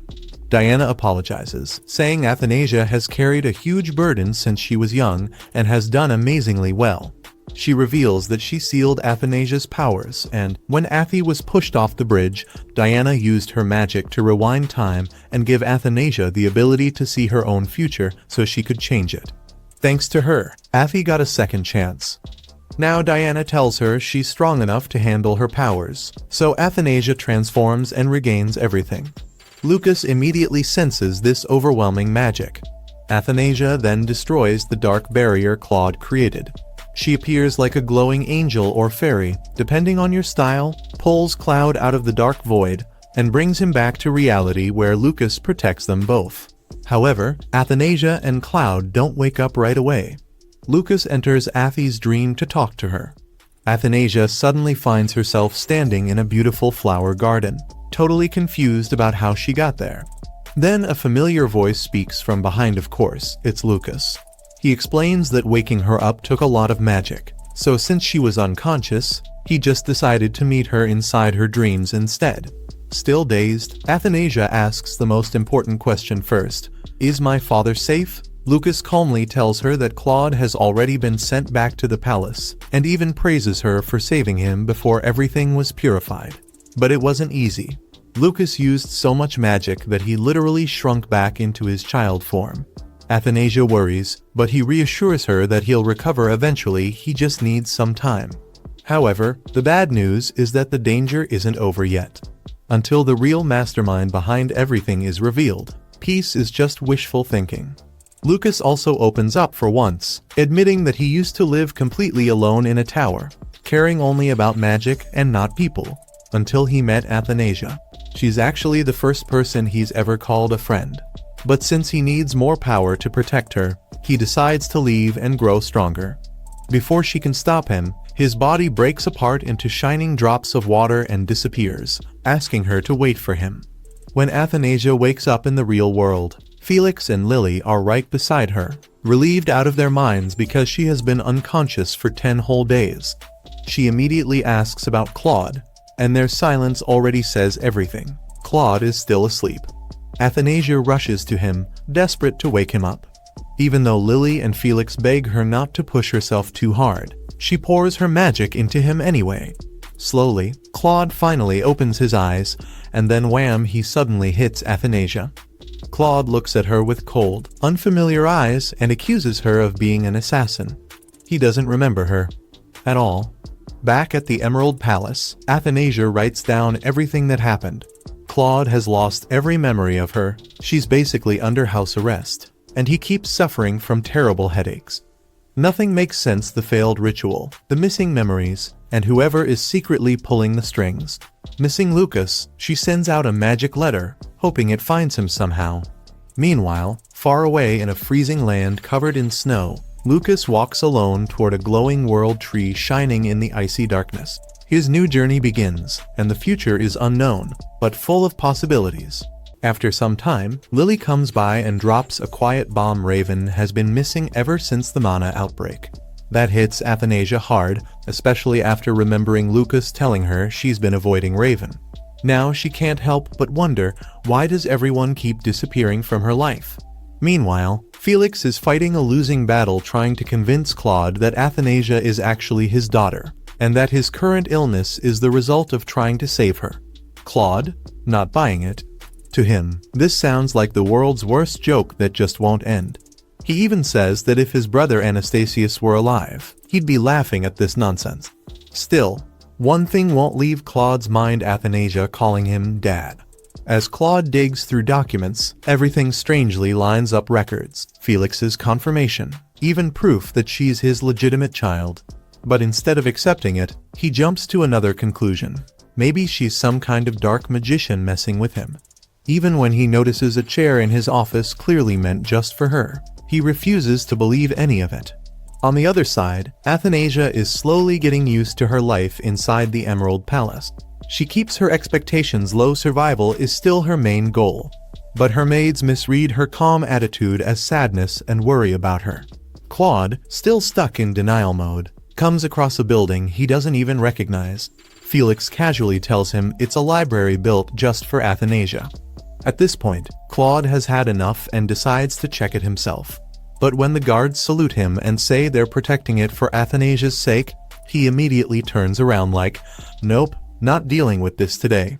Back with Athanasia, she receives a stack of letters from Jeanette, all filled with cheerful updates since she woke up from her 10-day sleep. Reading them actually makes her smile, and she quickly asks Lily for nice paper so she can write back. Later, Claude and Felix pass by a rose garden. Felix mentions that Claude himself once wanted it built. Claude just glares, but Felix stands firm no matter how much he glares, the truth isn't changing. Days pass, and Athanasia and Jeanette keep exchanging letters. But then one message stands out: Jeanette's mother is coming to the capital. And that's bad news, because in the original story, she was someone who plotted against Athanasia. An exhausted Claude finally returns to his room, completely done with Felix's stories. But then he notices a drawing of himself and Athanasia. Instead of feeling anything, he assumes it's some kind of creepy voodoo charm. Perfect finally proof Felix is making things up, right? Not quite. Felix sees the drawing and gets emotional, saying Claude must have treasured it so much that he even preserved it with magic. Claude is stunned. Him cherish something like that? Sounds impossible. But Felix keeps going, explaining when and how the drawing was given. Instead of clearing things up, it just messes with Claude's head even more. And just when Claude thinks it can't get any worse, Felix shows him a portrait of him and Athanasia together. Reality officially starts cracking. Claude takes one look at the portrait and immediately rejects it. There's no way he'd ever make that soft, caring expression. In his mind, this has witchcraft written all over it. In fact, he even starts wondering if it would be easier to just execute Athanasia and be done with all this confusion. Seeing where this is heading, Felix wisely decides, "Yeah, I'm out," and leaves Claude alone with his spiraling thoughts. But the silence doesn't help. Suddenly, a vivid memory hits Claude: Athanasia asking him to grant her a wish that only he could fulfill. Ever since that moment, he hasn't been able to sleep properly. His mind drifts to Diana, the one person he never wanted to remember because losing her broke him completely. In these haunting visions, she keeps asking him to take care of her child. Claude can't accept that. How is he supposed to love someone who survived, when the person he loved most didn't? Frustrated, he bitterly tells Diana to come back as a ghost and take care of Athanasia herself if she's so worried. But just as he reaches out to her, she fades away again. That moment says everything. This is why Claude acts so cold. He's already lost too much, and he refuses to go through that pain again. Feeling nothing is safer than risking everything. Morning comes, and Claude wakes up to loud celebrations. Turns out, it's his birthday. Before he can even process anything, he's already sitting on his throne, being greeted and praised like the emperor he is. Felix, however, can't help but notice the obvious: Claude looks like he hasn't slept in days. Then Lord Padma steps in, casually asking why Athanasia isn't present, since he assumed she'd attend like she did at her debut. Claude just stares at him, completely unamused, like, wrong question, wrong time. Meanwhile, back at the Emerald Palace, Athanasia is just passing time with Birdie when she notices how unusually quiet everything is. Hannah explains that everyone's busy preparing for the banquet tonight. That's when it clicks: it's her father's birthday. She was planning to go, but never received an invitation. That realization stings a little. Seeing her mood drop, Hannah tries to cheer her up by promising a special dinner, which Athanasia appreciates, even if it doesn't fully fix things. Then, out of nowhere, royal knights arrive with a message: Claude is summoning Athanasia to the banquet immediately. She arrives, unsure of what to do, but things go downhill fast. A knight orders her to kneel before Claude, and the entire room starts buzzing. Then Claude, in peak cold emperor mode, declares that her mere presence is disturbing him even on his birthday. Felix tries to step in and calm things down, but Claude shuts him up instantly with a threat. And then comes the real blow. In front of everyone, Claude announces that Athanasia is not his daughter, not even a princess. According to him, she's a criminal one who should be executed the next time he sees her. He just isn't in the mood to do it today. With that chilling statement, Emperor Claude casually ends the banquet, leaving behind a room full of stunned silence and one girl completely shattered. Right now, Claude is basically an ice statue with a crown, completely emotionless and acting exactly like the ruthless emperor from the novel. Without a second thought, he orders the guards to drag Athanasia away. but the moment they grab her, she pushes them back using magic, instantly shocking everyone in the room. Athanasia, done playing the weak role, straightens up and says she'll leave on her own. Matching Claude's cold energy, she calmly wishes him a happy birthday, like it means absolutely nothing, then walks out with a blank, distant look. But the second she's out of sight, that strong front cracks, she runs, stumbles, and starts trembling in fear. Not far behind her is Ezekiel, who followed her out. He finds her collapsed, gently puts her fallen sandals back on her feet, and asks if she's okay. Honestly, terrible question. Of course she's not okay. She hasn't been okay ever since Claude lost his memories of her. Athanasia quickly turns her face away, insisting she's not crying, but the tears say otherwise. Deep down, she knows she's not completely innocent either. She did lie to Claude at first just to survive. But somewhere along the way, things changed. She got attached. And now it hurts.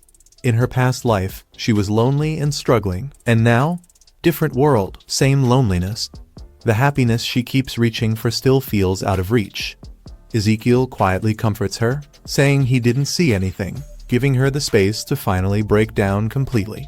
Meanwhile, Claude retreats to his chambers, but peace doesn't follow him. Athanasia's cold stare keeps replaying in his head, giving him a pounding headache and a strange feeling like something important is missing. Later, when Ezekiel returns home, his father is furious that he went after Athanasia, especially after she was publicly humiliated. But for once, Ezekiel pushes back. He says he was always taught to be rational, but today, he learned that being rational isn't enough if it means ignoring someone's pain. He admits he doesn't have the heart to watch Athanasia cry or forgive the people who caused it. That's the moment his father realizes kids don't always follow their parents' rules. A few days pass, and suddenly Jeanette stops sending letters. Athanasia can't help but think Roger might be behind it. Meanwhile, Siaz suggests something wild, maybe hitting Claude on the head will bring his memories back. Hannah immediately shuts that down because, well, that's a one-way ticket to execution. Trying to lift Athanasia's mood, Lily takes her outside for some fresh air. As Athanasia steps out, the brightness almost surprises her. It's been a while since she's been out in the open like this, not since that painful night after the banquet. At the same time, Claude, despite running on zero sleep, feels strangely clear-headed. To him, this might be the perfect moment to finally get rid of the source of his constant headaches, Athanasia. As Athanasia walks through the royal garden, absent-mindedly picking roses, she suddenly runs into Claude. And just like before, his expression is ice-cold. He casually says he should have gotten rid of her earlier, and then attacks her with magic. But something unexpected happens. His magic doesn't hit her. A protective barrier blocks it. Even Claude recognizes it. It's his own magic. Still, he keeps attacking, over and over, but every strike gets stopped. Frustrated, he declares that he hates everything about her and wants to erase it completely. Athanasia, standing there, starts to question everything. Is this her punishment? Back during the Mana outbreak, Claude sacrificed himself to save her, and now he's trying to kill her. After this, how is she supposed to call him father? Realizing she can't change him right now, she makes a painful decision. The only thing she can do is disappear before things get worse. Gathering her strength, she uses her own power, and in a quiet, heartbreaking moment, she vanishes right in front of him. Her last words? A simple goodbye. Soon after, Felix and Lily show up, completely out of the loop, asking what just happened. Claude, clearly not in the mood for explanations, snaps that Athanasia has vanished and orders them to find her immediately. No excuses, no delays. Meanwhile, Lucas finally reaches the sacred world tree, only to find it completely fruitless. Out of options and patience, he does the worst possible thing. He attacks it with a fireball. Naturally, that doesn't go well. His reckless move starts triggering disasters all across the continent, because apparently, setting a magical world tree on fire has consequences. Elsewhere, Athanasia is digging through Jeanette's room, looking for anything related to memories. At the same time, she and Jeanette are casually having tea, well, casually for Jeanette, who's cheerful as ever. Athanasia, on the other hand, is sitting there wondering how her life turned into this confusing mess. Looking back, Athanasia remembers how things used to be. In the Olean Empire, all magicians are supposed to register themselves, no matter who they work for. But Lily convinced her to hide her powers, possibly to keep her under control, especially since those powers appeared suddenly and Athanasia still can't manage them properly. This leads her to wonder if she really absorbed Raven, and whether that's why Lucas warned her so strongly about getting attached. Since escaping Claude, Athanasia has been living on the run alone, anxious, and constantly on edge, even though she's been through something like this before in her past life. To make things worse, she hears that the Emperor is still actively searching for her using image stones. It makes her question if Claude truly hates her enough to want her dead that badly. As if that wasn't enough, she recalls a merchant once telling her she was cursed. That thought lingers, and she starts suspecting Jeanette after all. Jeanette is the only one close to her who has ties to dark magic. Around this time, Athanasia witnesses something unusual, Jeanette crying. She desperately wants to attend her aunt Countess Rosaria's funeral, but Raja refuses to let her go. In the original story, Rosaria was actually the one plotting against Athanasia to secure Jeanette's place as heir. Later, Jeanette finds a letter from Athanasia, suggesting they meet in 3 days. Athanasia herself isn't even sure if sending it was a good idea or just an impulsive decision driven by their brief time as pen pals. Feeling conflicted, Athanasia thinks about how unfair it is that Jeanette can't even see her only family member. This leads her to consider something risky visiting Claude. She figures she can always run away if things go wrong. But before she can even fully commit to the idea, she suddenly teleports straight into his room. There, she finds Claude asleep, surrounded by scattered papers. To her surprise, they're all her drawings, even the ones she never gave him. She also notices he looks thinner, which bothers her. Somehow, despite everything she's been through, she seems to be doing better than him. Claude wakes up, but instead of reacting with shock or anger, he's strangely calm. It turns out he thinks he's dreaming because he's been dreaming about her every day since she disappeared. Taking advantage of the moment, Athanasia asks him directly if he still wants to kill her. Without hesitation, he says yes, going as far as saying he'd tear her apart. That answer hits hard. Upset, Athanasia declares she'll never die by his hands and disappears again, leaving Claude stunned as he realizes it wasn't a dream after all. 3 days later, Athanasia keeps her promise and visits Jeanette. The moment she appears at the window, Jeanette rushes to hug her, overwhelmed with relief and emotion. She admits she was terrified she'd never see her again. This time, Athanasia doesn't pull away, they both hold onto the moment. After that, Athanasia starts visiting Jeanette regularly. They spend quiet afternoons together, enjoying tea like everything is normal. But Athanasia can't fully relax. Her mind drifts back to Countess Rosaria's death, which was supposedly caused by a landslide, something that shouldn't have happened if events were still following the original story. Feeling uneasy, Athanasia suggests they go outside for a change. Both of them have spent their lives trapped, Jeanette in the Duke's estate and Athanasia in the Imperial Palace. For once, they just want to step outside and experience something different. After putting on a disguise, Athanasia takes Jeanette out of the estate using teleportation, and the two casually wander through the market like it's the most normal thing in the world. Athanasia soon notices that Jeanette has gone unusually quiet. Then it hits her maybe Jeanette is already used to this kind of magic by now. Trying to lighten the mood, Athanasia suggests they drop the formalities and act more casually since they're friends now. Just as things start to feel relaxed, a disguised Anastasius suddenly appears and approaches them, recognizing Jeanette. Athanasia is caught off guard, thinking he looks strangely similar to her father. Meanwhile, Anastasius looks at Athanasia and casually wonders if she's the sister Jeanette mentioned when buying a ribbon. That comment instantly puts Jeanette into panic mode. Before the awkwardness can fully settle, a group of kids runs past them. Anastasius casually mentions that the children are heading to a craft shop and offers to guide them there. Athanasia is clearly suspicious, but Jeanette, being far too trusting, follows him without hesitation, leaving Athanasia with no choice but to tag along. Inside the craft shop, Athanasia is immediately distracted by all the interesting items on display. At the same time, Jeanette quietly pulls Anastasius aside and asks him to keep the whole sister situation a secret. As they talk, Jeanette once again notices how much he resembles her father. But when he starts asking more questions, she quickly backtracks, clearly uncomfortable, and changes her tone. Sensing something is off, Athanasia steps in and pulls Jeanette away, deciding that Anastasius is way too suspicious to trust.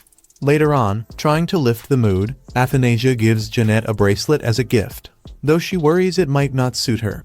That concern disappears instantly when she sees Jeanette's face light up with pure joy as she hugs the bracelet tightly to her chest. As the day winds down, they say goodbye to Anastasius. Athanasia takes one last look at him, and this time, he reminds her of Lucas. Maybe it's the hair. The two girls head back before dinner, already making plans to sneak out again and watch fireworks together next time. Jeanette can't stop expressing how happy she is. She admits that the past few days without Athanasia felt unbearable, and spending time together again means everything to her. Hearing that, Athanasia feels satisfied, wrapping up their secret outing on a warm note. Elsewhere, Lucas manages to grab a branch from the Sacred World tree. Feeling accomplished, he finally leaves, eager to return home, probably imagining Athanasia waiting for him. That night, heavy rain pours down as Ezekiel stops by Jeanette's room to check on her. She gently tells him to rest, knowing he's been exhausting himself searching for Athanasia. Even though she had just spent time with Athanasia earlier, she keeps it a secret, feeling torn but determined to protect her, especially since Athanasia has brought so much happiness into her life. Not long after, Jeanette hears voices arguing somewhere in the manor. Curious, she sneaks out to investigate, and to her surprise, she spots Anastasius again. Roger introduces him as an acquaintance who will be staying at the estate for a while. Caught off guard, Jeanette quickly apologizes for interrupting, saying she was only worried about the noise. Following Roger's orders, she leaves, but not before stealing a nervous glance at Anastasius, clearly worried he might reveal something she'd rather keep hidden. Meanwhile, Roger is not thrilled about how things just went down. Still, Anastasius calmly assures him that he won't reveal his true identity. Roger, however, isn't convinced. He points out that Jeanette is sharp. There's no way she won't notice how much Anastasius resembles Claude. That comment wipes the smile right off Anastasius's face, and he quickly tells Roger to watch what he says. It turns out Roger has been carefully plotting his way into high society, using Jeanette as his stepping stone. But then Anastasius suddenly appeared out of nowhere and casually dropped the bomb that he's Jeanette's father. That alone is bad enough, but the fact that he's alive, even worse. If people find out the truth, everything Roger has worked for could crumble instantly. Naturally, this makes Anastasius less of a guest and more of a problem Roger would very much like to remove. A few days later, Jeanette is quietly sneaking around, clearly hoping to run into Anastasius. He notices her almost immediately and asks what she's doing. Thinking quickly, she says she just wants to take a walk in the garden. Conveniently, he says he was heading there too. As they stroll together, Jeanette asks him to keep their meeting at the festival a secret. He reassures her with a knowing smile that he remembers their little secret. Their moment is cut short when a maid arrives to summon Jeanette. Later, Roger tells her that he wants her to accompany him to the Imperial Palace. Sensing her concern about Claude, he adds that she'll at least be able to see him from a distance, which softens the news a bit. Afterward, Jeanette shares this update with Athanasia, which immediately gets her thinking. Maybe she should follow them too after all. She does miss everyone at the palace, even if things are complicated. At the Imperial Palace, Jeanette decides to take a peaceful walk through the Emerald Palace garden. But her calm stroll takes a sharp turn when she suddenly finds the Emperor lying on the ground. Panicking, she rushes to check on him, and to her surprise, Athanasia appears as well. The moment Claude starts to wake up, Athanasia quickly hides, leaving Jeanette alone to deal with a very disoriented Emperor. Not long after, Lucas arrives and thanks Jeanette for helping. As Claude is carried away by his knights, he glances at Jeanette, clearly puzzled by her presence. Later on, Roger is absolutely delighted. He announces that they've been granted an audience with Claude. In his mind, this is the perfect chance to push his plan forward, especially now that Athanasia is supposedly out of the picture. He then sends Jeanette back to her room, likely already scheming his next move. On her way back, Jeanette runs into Athanasia, who has been waiting for her. Athanasia is a bit embarrassed at being seen earlier, But she admits she couldn't help it, she was worried about her father. She immediately asks if he's okay. Jeanette explains that he was taken away by his knights, so she's not entirely sure about his condition. Jeanette then mentions their upcoming audience with Claude, which makes Athanasia uneasy. If things follow the original story, this could mean she'll end up completely alone. To make matters worse, Claude still hasn't regained his memories, so if he sees Jeanette, he might recognize her as a princess, and that could change everything. The next day, things get even more awkward. Anastasius approaches Jeanette and immediately notices something different. Her blue jeweled eyes are gone. She had taken them off because they were uncomfortable, but now she can't help thinking she's made a huge mistake. Panic kicks in, and instead of explaining anything, she does the only thing her brain can manage at that moment: she runs. Covering her eyes like that might somehow fix everything. She rushes off, leaving Anastasius even more suspicious. Not long after, Athanasia shows up, clearly concerned, and checks on Jeanette. One look is enough to tell something's wrong. Jeanette tries to hold it together, but it's obvious she's shaken. The next day, Jeanette once again tries to find a chance to talk to Anastasius. She wants to ask him again to keep what he saw a secret. But before she can even say a word, Anastasius approaches her first. Not only that, he suddenly kneels and bluntly asks if she's of royal blood. Jeanette doesn't answer, but her shocked expression says everything. Realizing this, he calmly reassures her that her secret is safe with him too. Unfortunately, they're not alone. Athanasia has been secretly watching the whole scene, and she's far from convinced. To her, someone like Anastasius is way too suspicious to be trusted so easily. Later, she casually brings him up and asks Jeanette about him, but Jeanette admits she barely knows anything, just a few encounters and shared secrets. That only makes Athanasia more uneasy. Since Jeanette seems a bit too innocent for her own good, Athanasia decides to investigate Anastasius herself. However, no matter how hard she tries, she finds absolutely nothing about him. At the same time, she's also stuck trying to figure out how to restore her father's lost memories. That night, Roger confronts Anastasius and warns him to stay away from Jeanette. Anastasius, however, turns the tables and points out that Roger should have managed Jeanette better in the first place. Before leaving, he gives one last piece of advice: keep Jeanette focused on Claude so she won't dig into Anastasius's true identity. Soon after, Jeanette finally gets her long-awaited audience with Claude. Sadly, it's painfully awkward. Just as she gathers the courage to speak, Claude falls asleep mid-meeting. Disappointed and unable to say anything, she quietly leaves. Moments later, Claude wakes up, clutching his head as another wave of intense headaches hits him. Later that day, Roger tells Jeanette that Claude has asked to see her again, which leaves her confused. Roger, on the other hand, is secretly thrilled. He's hoping Claude will grow fond of Jeanette, so he can eventually use him to get rid of Anastasius. Back in her room, Jeanette runs into Anastasius again. She happily shares that she'll be meeting the Emperor once more. He encourages her, but can't help staring at her a little too much. When she asks why, he simply says he's glad to see her happy. Jeanette smiles and says she truly is happy after all, they're her family. As Anastasius goes about his day, he starts wondering who Jeanette resembles.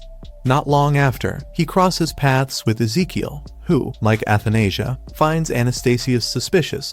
With his father acting strangely after meeting him and other odd events piling up, Ezekiel begins to wonder if all of this is really just coincidence.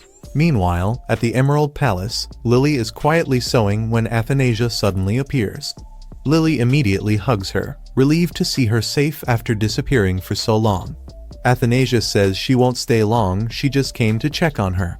Still, she's worried that Claude might kill her. Lily reassures her, explaining that the Emperor has actually been anxious about her and even ordered everyone to welcome her warmly if she returns. When Athanasia asks if Claude has regained his memories, Lily says no, leaving her uncertain about whether she should meet him. At the same time, Claude and Jeanette have another meeting. Once again, Claude barely responds to her. The only thing on his mind is that his headaches disappear whenever Jeanette is near. He isn't even listening to what she says. Watching this, Athanasia can't help but think that, in another story, Claude and Jeanette might have lived happily together without her in the way. Feeling disheartened, she decides to leave. She teleports back to Jeanette's room, only to find Ezekiel already there. He questions where she's been and admits he's been worried sick looking for her. Athanasia explains she's been on the run, which only makes him more concerned. He offers her a place to stay at the estate and promises to keep her safe. Though she hesitates, not wanting to cause trouble for Jeanette, she eventually agrees. Not long after, Jeanette returns to her room only to walk in and find Athanasia and Ezekiel together, which is definitely not what she expected. Athanasia quickly switches gears and pretends it's her first time meeting Jeanette, but Jeanette isn't fooled for a second. Ezekiel casually explains that Athanasia will be staying at the estate for a while. For some reason, that news makes Jeanette feel a little sad. She quietly realizes that their special little secret is no longer just between the two of them. Athanasia, on the other hand, is genuinely grateful for the room Ezekiel arranged. At last, she doesn't have to keep jumping from one inn to another. Meanwhile, Jeanette feels a bit useless, wishing she could have done something like that for her. To make matters worse, it all seems so easy for Ezekiel. Later, Ezekiel chats with Jeanette about her meeting with the Emperor, but he quickly notices her sulky mood. He wonders if she's unhappy that they found Athanasia. In truth, that's not it at all. Jeanette is just upset because Ezekiel assumes Athanasia came to see him, when really, she came looking for Jeanette. At the same time, Athanasia reflects on how Jeanette and Claude seem to be getting closer. She tells herself that even if she's forgotten, at least she's safer now, no one plotting against her, and she has powers to protect herself. After all, her original goal was simple, just survive. And yet, despite everything, she still feels lonely. Since settling into the Althea estate, Ezekiel visits her often to keep her company. Curious and concerned, he asks how she managed while on the run. Realizing how hard it must have been, he invites her to the garden, the exact place where they first met. Athanasia can't help but wonder why he would pick a place full of her most embarrassing memories. Still, she starts picking flowers and smelling them, trying to relax. Ezekiel watches her quietly, completely mesmerized. Without thinking, he reaches out to fix her hair, but the moment she notices, he panics and pulls his hand back, embarrassed. Meanwhile, Claude once again falls asleep during another meeting with Jeanette. Surprisingly, she leaves feeling a tiny bit hopeful. When she tells Roger about it, he's convinced things are progressing nicely. What he doesn't realize is that Claude only participates by taking a nap. Deep down, Jeanette starts to suspect that the Emperor doesn't really care about her at all. Later, Jeanette visits Athanasia, who happily chats about the books Ezekiel lent her. But even after talking for hours, Athanasia never once asks about Jeanette. That small detail leaves Jeanette feeling like something is missing. Feeling uneasy, Jeanette opens up to Anastasius, who has already noticed her mood. She admits she thought she'd be happy spending time with the Emperor and the Princess, but now there feels like a distance between them. Anastasius bluntly points out the obvious: they don't even know she's part of their family. Still, Jeanette insists that they are her family. As she keeps talking about her idea of family, Anastasius grows more and more irritated. He warns her that even if she reveals the truth, the Emperor and the Princess might not welcome her. Royal life is complicated, after all. He even suggests that the only reason the Emperor is seeing her is because the Princess ran away, and once she returns, Jeanette might be forgotten. His words hit hard. When Jeanette asks how he can speak so confidently, he simply gives her a cold, unreadable look. Soon after, Roger calls Anastasius away for a private talk. Left alone, Jeanette goes straight to Athanasia and nervously asks what she thinks about the idea of them being sisters. The question completely catches Athanasia off guard, leaving her speechless. That silence says everything. Heartbroken, Jeanette quietly leaves. Athanasia feels guilty for not giving her the answer she wanted. Meanwhile, Jeanette, despite being hurt, still believes Athanasia cares about her. The next day, Anastasius shows up with a snow globe as an apology, admitting he crossed a line. Jeanette accepts it kindly and even apologizes back, believing his actions came from concern for her. What she doesn't know is that the snow globe is enchanted with a spell. For the first time, Jeanette feels like someone truly cares about her feelings. In reality, Anastasius has his own hidden agenda. He originally planned to manipulate her directly, but since that proved difficult, he decided to take a more magical shortcut. He even made getting the gift a bit challenging, partly because he's still annoyed with her. After giving her the snow globe, he leaves only to run into Athanasia. The moment they touch, a sharp static shock passes between them, immediately raising Athanasia's suspicions. Anastasius winces, annoyed, realizing that Claude's protective magic around Athanasia is still causing problems for him. Later, Athanasia also apologizes to Jeanette. Seeing this, Jeanette realizes that Athanasia feels bad too, and starts blaming herself for asking such an awkward question. Determined to fix things, Jeanette decides she'll make things right between them. And as for Claude, in his next meeting, he once again zones out this time, thinking about Athanasia instead. Clearly, his attention is somewhere else entirely. Jeanette finally gathers the courage to ask the question that's clearly been hanging in the air: does he miss Athanasia? The question snaps Claude out of his thoughts like a loud knock on the door. He admits, yes, that's exactly who he was thinking about. He opens up about how he's still searching for her and assures both Jeanette and Felix that he has no intention of hurting her anymore. Meanwhile, back at the estate, Jeanette rushes to Athanasia with the latest update, practically pushing her to go meet Claude. Athanasia isn't so easily convinced. She hesitates, unsure if this is a good idea.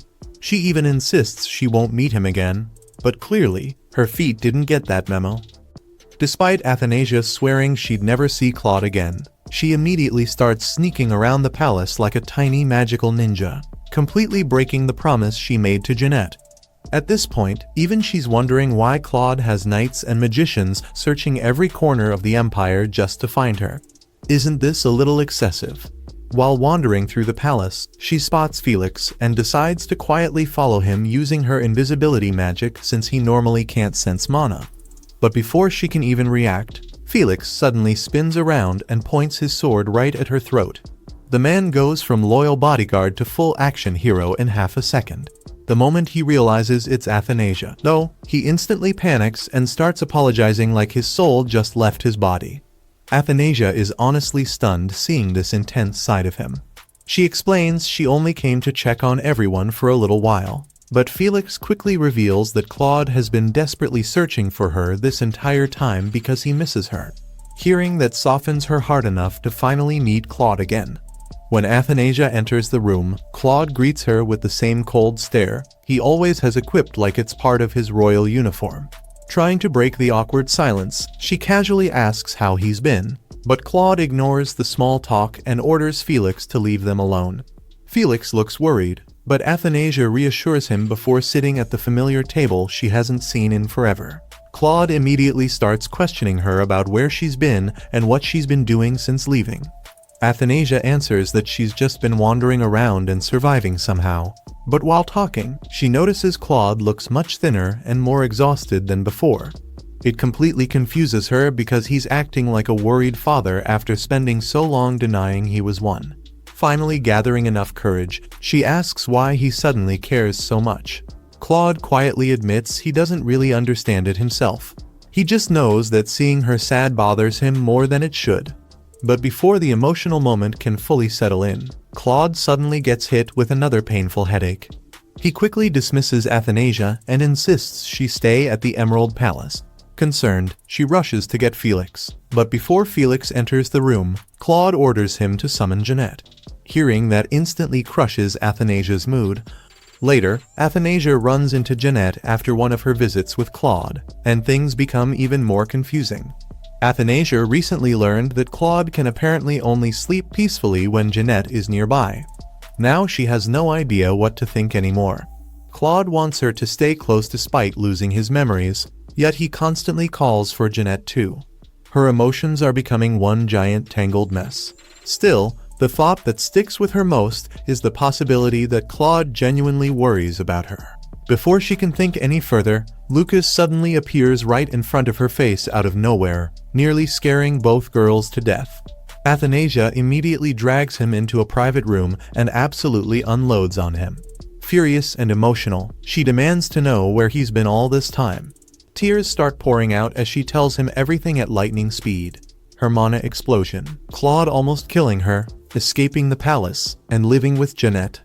Ironically, Lucas ends up even angrier than she is.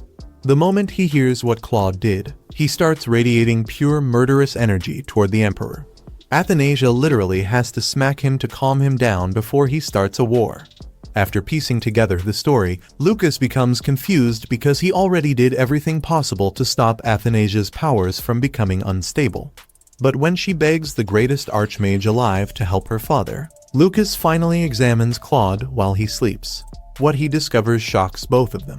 Claude isn't just suffering from memory loss. He's dying. Meanwhile, back at the estate, Jeanette happily tells Anastasius that the Emperor can finally sleep whenever she's nearby. To her, it sounds like good news because Claude is finally resting peacefully. But Anastasius's suspicious little smile makes it painfully obvious he knows much more than he's letting on. Athanasia struggles to understand Lucas's explanation at first, but he eventually reveals the truth. Claude's condition isn't an illness at all. It's a curse caused by dark magic. Lucas temporarily eases Claude's pain with a spell, and for one brief moment, Claude's face finally relaxes, only for the effect to shatter almost instantly. Even Lucas can't fully cure him. He explains that Claude's memory loss, violent headaches, sudden aggression toward Athanasia, and even his dependence on Jeanette are all connected to the dark magic. Jeanette's mana acts like a stabilizer that temporarily calms the curse. Back in Athanasia's room, she desperately asks why Claude ever used dark magic in the first place. Lucas tells her to think carefully, and suddenly her mana explosion incident starts making sense. That accident had thrown Lucas back in time to when Claude was still consumed by dark magic. According to Lucas, Athanasia's strange mana composition triggered the entire event. Then he casually drops another shocking statement: she's experienced something like this before. That completely stuns her. Now that Lucas has regained his own mana, he can clearly see Athanasia's magical aura, and instead of being worried, the man looks weirdly fascinated by it, like he just discovered a new science project. Lucas explains that the dark magic inside Claude was once interrupted before it could fully consume him. He noticed it long ago, but simply ignored it because, in classic Lucas fashion, it wasn't his problem. Unfortunately, now that the curse has returned, destroying it outright would kill Claude instantly. That realization completely breaks Athanasia, and she starts crying again. Lucas, meanwhile, gets strangely irritated by how devastated she is. Part of him thinks that if Claude is going to die anyway, maybe it would be easier to let him go instead of dragging out everyone's suffering. But watching Athanasia cry keeps bothering him more than he wants to admit. He remembers something his old teacher once told him. One day, he would understand the pain of losing someone important. Lucas never understood those words when his own master died, and honestly, he never wanted to. But now, seeing Athanasia suffer this much over Claude, he starts wondering if this is what his teacher meant all along. Finally, Lucas tells her the truth as honestly as he can. Even though Claude gets painful headaches around her, the fact that he still wants her close proves he genuinely cares about her. Sadly, the dark magic is slowly killing him anyway. Athanasia then remembers the dream she once saw of the original story where Claude happily lived alongside Jeanette. Back then, it looked like a perfect fairy tale ending. Now she realizes that beautiful ending may have always led straight to Claude's death. Sensing how miserable Athanasia feels, Lucas decides to lighten the mood the only way he knows how, by dramatically complaining about how overworked he is right after returning from his journey. Athanasia jokingly asks if he wants a kiss as payment for all his suffering. Unfortunately for her, Lucas takes that statement completely seriously. Without hesitation, he points to his cheek and waits expectantly like a man collecting taxes. Athanasia is absolutely stunned that he's not joking. Sadly for them, Lily accidentally witnesses the entire thing. She immediately backs away in total disbelief, probably questioning reality itself. Later, when Felix checks the room and only finds Athanasia alone, Lily starts wondering if she hallucinated the whole scene. Over the next few mornings, Athanasia continues visiting Claude every day. Thanks to Lucas helping stabilize his condition, Claude finally starts sleeping a little better and slowly regains some strength, even if his memories are still gone. It's only temporary relief, but at least it's something. One day, a maid brings in a cake. Since Claude famously hates sweet things, Athanasia assumes it must be for her. Sure enough, Felix reveals he ordered it, while Claude stares at the dessert like it personally offended him. Not wanting to eat alone, Athanasia instead drinks some tea, and the taste instantly floods her with warm memories. She smiles so softly that even Claude and Felix get completely captivated for a moment. The sight reminds Claude of Diana offering him tea long ago, and for a second, he almost looks peaceful. Then the headache hits again. Already irritated, Claude notices Athanasia happily stuffing cake into her mouth right after acting all emotional a minute ago. The contrast is so ridiculous that she impulsively shoves a piece of cake directly into his mouth like old times. Claude immediately decides he has suffered enough for one day and kicks both Athanasia and Felix out of the room without hesitation. Meanwhile, over at the Alpheus estate, Anastasius, Roger, and Jeanette discuss her visits to the palace. Jeanette casually mentions Athanasia looking tired and Lucas suddenly returning. The moment she says Lucas helped improve Claude's condition, Anastasius's mood instantly darkens. Once Jeanette leaves, the conversation becomes much more serious. Anastasius complains that he lost his chance to make a move while Athanasia was staying at the estate, which completely shocks Roger because apparently nobody told him assassination plans were on the schedule. Roger nervously points out that Athanasia has powerful magic anyway, so stopping her wouldn't have been easy. What really worries Anastasius, though, is Lucas. Not only has the strongest magician returned from the World Tree expedition, but he might also cure Claude's memory loss entirely. Ironically, the memory loss wasn't even part of Anastasius's original plan.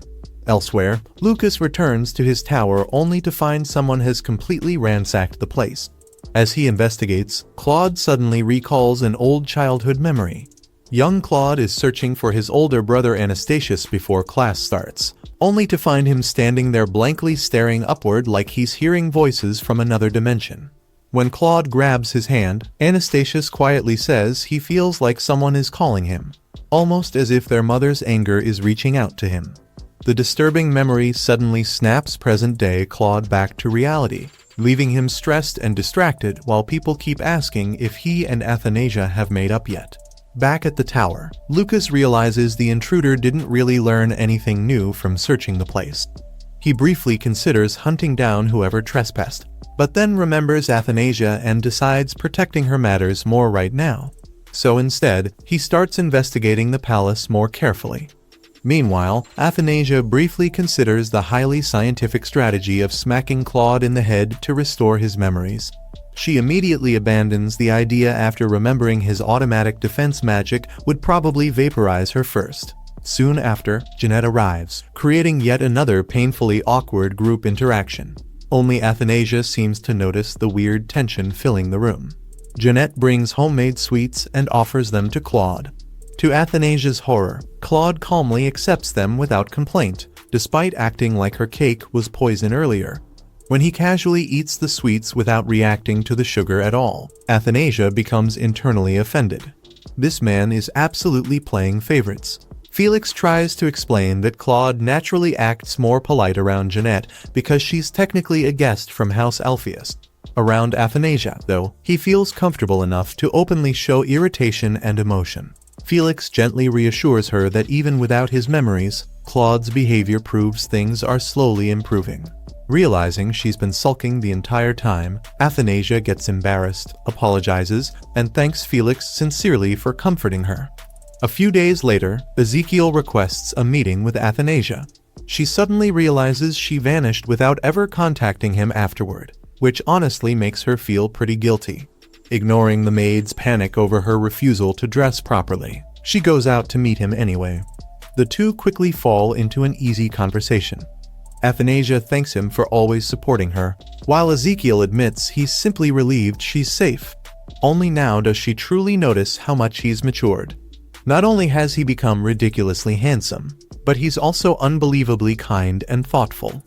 Ezekiel gently says he worries about her, especially with Claude's memory loss weighing heavily on her shoulders. Athanasia internally realizes this man is dangerously perfect. No wonder Jeanette likes him so much. But when she brings up Jeanette, Ezekiel calmly clarifies that he sees Jeanette more like a sister. That answer instantly makes things awkward. Trying to recover, Athanasia praises how kind he is to everyone. only for Ezekiel to bluntly admit he's not actually kind to everyone at all. That honest answer leaves Athanasia spiraling because now she's no longer sure whether his feelings for her ever disappeared in the first place. Thankfully, before the conversation can become even more dangerous, Lucas suddenly appears out of nowhere like a professional relationship destroyer. Ezekiel offers to escort Athanasia, but Lucas immediately shuts the idea down with the energy of a jealous cat guarding its territory. To make things worse, Lucas intentionally leans extremely close to Athanasia right in front of Ezekiel, clearly trying to provoke him. Athanasia becomes increasingly uncomfortable while the two men silently battle each other with eye contact alone. Refusing to lose, Ezekiel calmly takes Athanasia's hand and kisses it gracefully before thanking her for the audience. He and Lucas exchange one final death glare before Ezekiel finally leaves. Later, Athanasia braids Lucas's hair to calm herself down after surviving that entire disaster of a conversation. As she works, she starts overthinking everything again. In the original story, Ezekiel was supposed to end up with Jeanette, so why do his feelings toward her still seem so strong? The more she thinks about it, the more she starts doubting whether she even remembered the original novel correctly at all. Maybe her existence has already changed the story far more than she realized. Suddenly, Lucas grabs her arm and asks what she was just thinking about. Unknown to Athanasia, Lucas had witnessed something terrifying. Her mana had surged violently again.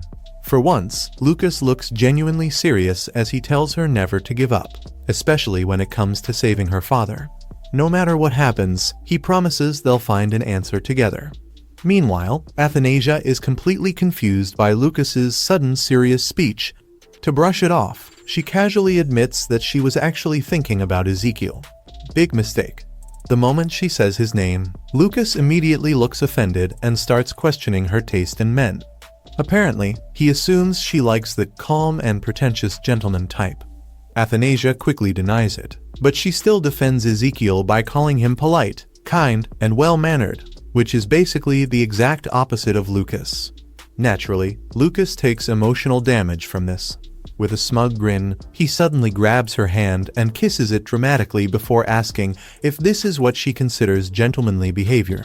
Athanasia instantly turns bright red and, in full panic mode, kicks him out of the room before her brain completely shuts down. Meanwhile, Jeanette happily treasures the peaceful moments she shared with Athanasia and Claude. In her mind, if things continue smoothly like this, maybe the three of them could become one happy family someday. Still, one thing continues bothering her. When is Roger finally going to reveal her true identity to the Emperor? Back at the palace, Athanasia finds herself suffering from a completely different problem: romantic confusion. In desperation, she asks Lily and Felix if they've ever had someone confess to them before. Lily nearly short-circuits from embarrassment, while Felix casually answers first. From the way he talks, Athanasia quickly realizes Felix is secretly pretty popular. Unfortunately for him, spending every waking second babysitting Claude leaves zero room for romance. When she turns to Lily, the maid shyly admits she receives invitations to parties all the time, but usually avoids them because dancing and social events just aren't her thing. Felix suddenly becomes very interested in this information. Apparently, people often ask whether Lily likes him, but he always viewed their relationship more as protective companionship. Still, he quietly admits he's relieved he never forced her to dance at parties since she clearly hates that kind of attention. Honestly, Athanasia can't even blame herself for being confused anymore. For most of her life, she was too busy trying not to die. Now that romance has suddenly entered the picture, her brain simply cannot process it. Even so, saving her father's memories remains her top priority. Later, Athanasia invites Claude to go boating on the lake, something they used to do often together. To her surprise, Claude actually agrees instead of responding with his usual cold silence and grumpy staring. Trying to avoid awkwardness, she asks if he wants Jeanette to join them too. Claude simply shrugs and says it's her decision. But the second Athanasia leaves, Claude immediately orders Felix to clear every dangerous lake monster from the area. Felix awkwardly reminds him they already did that days ago because Claude had previously ordered it himself. Claude secretly worries about Athanasia more than ever now. Before their lake trip, He even asks Felix whether the water is too deep and what would happen if Athanasia accidentally fell in. Felix is completely stunned by the concern, but realizing he's revealing too much, Claude immediately shuts the conversation down. The next day, Athanasia and Jeanette arrive to find a massive luxurious boat waiting for them. Athanasia is shocked because Claude used to prefer simple things before losing his memories. During the ride, Claude quietly watches the two girls peacefully, until Jeanette suddenly falls into the lake. Athanasia panics and screams for Claude to save her, but he reacts strangely slowly and even tells Athanasia to sit down because she's getting wet. Furious, she yells at him until he finally rescues Jeanette. Afterward, Jeanette thanks him sincerely, only for Claude to stay completely silent, earning him another scolding from Athanasia. Later, Lucas notices Athanasia has become much bolder around her father. She insists Claude is slowly getting better, but Lucas warns her not to get too hopeful because the curse is only temporarily stable. Still, he admits he's glad she stopped crying all the time.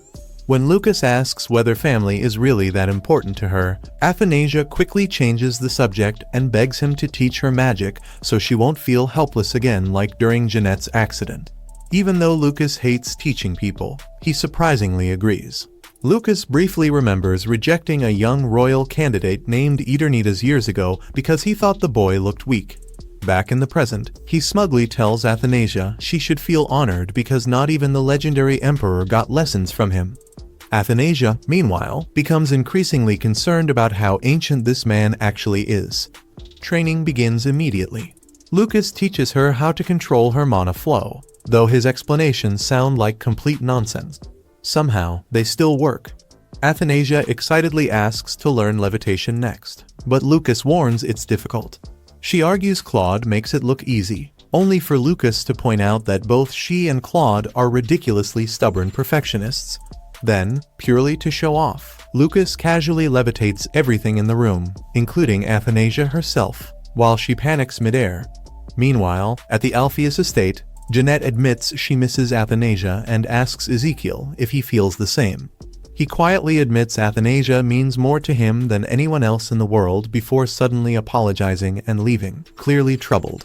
Anastasius secretly watches the entire exchange from afar. Back at the palace, Athanasia reflects on Lucas saying Claude struggled in the past. To her, Claude always seemed naturally perfect at everything. While she watches him work one day, Claude notices her staring and immediately starts helping her study without even being asked. Athanasia secretly loves the attention and even wonders if he feels guilty for how harshly he treated her before.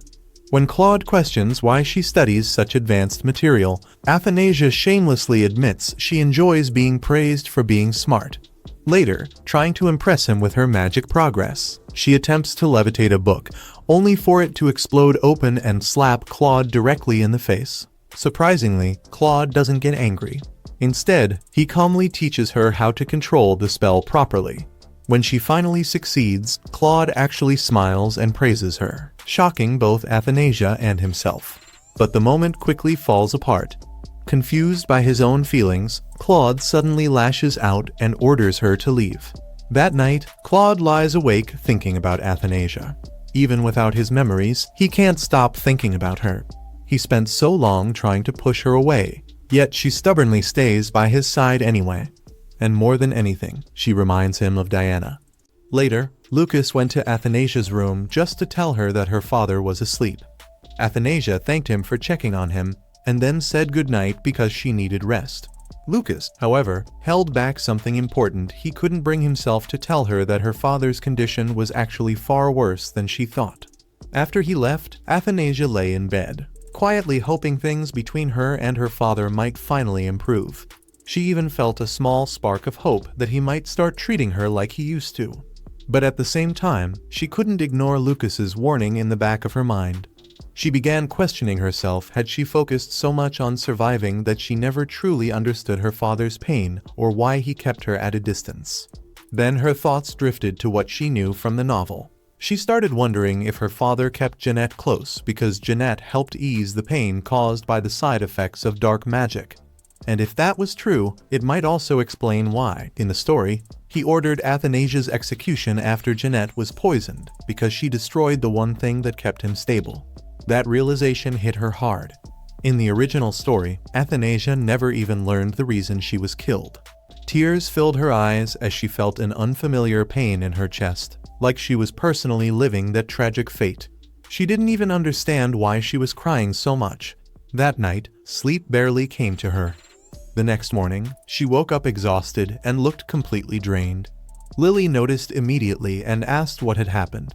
Athanasia brushed it off, saying she just had a nightmare and didn't sleep at all. Even during breakfast, her mind stayed stuck on it. She realized her dreams were never complete, but they always showed one thing clearly: Jeanette being beside her father when he collapsed.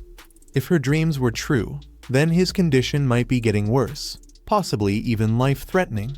But what bothered her most was the mysterious person in her dreams whose face she could never see.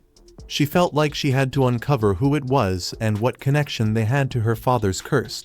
She also remembered meeting him 4 years ago, which made her wonder, could she have somehow affected the dark magic curse when she was younger? Later, she met Lucas again and told him everything about her dream.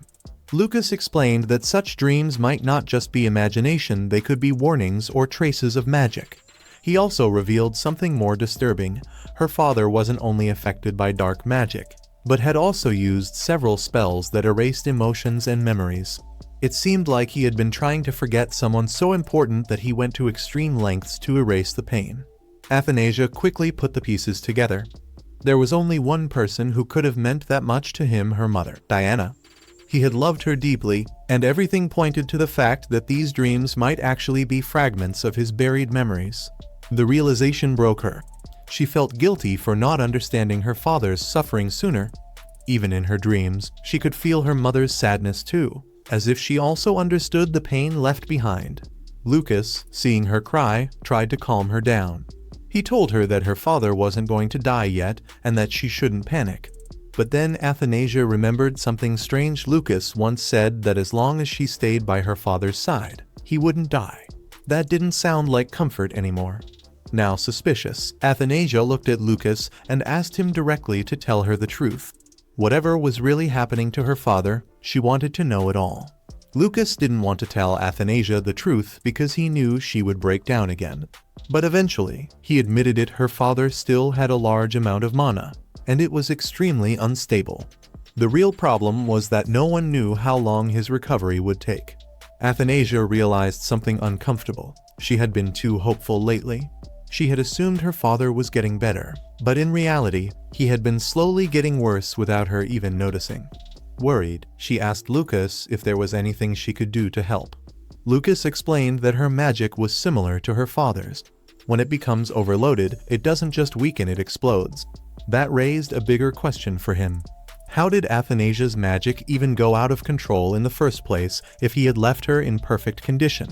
He asked if anything strange had happened that day. Athanasia remembered seeing a strange static-like energy, but Lucas didn't think much of it. Still, seeing her upset, he told her to calm down and keep practicing her magic spells. Maybe, he said, that was the only way she might discover how to help her father. Athanasia agreed. She promised she would try her best to understand what went wrong with her magic and find a way to save him. Meanwhile, Jeanette was alone in her room, feeling emotionally exhausted. She had once dreamed of marrying Ezekiel and living a fairy tale life.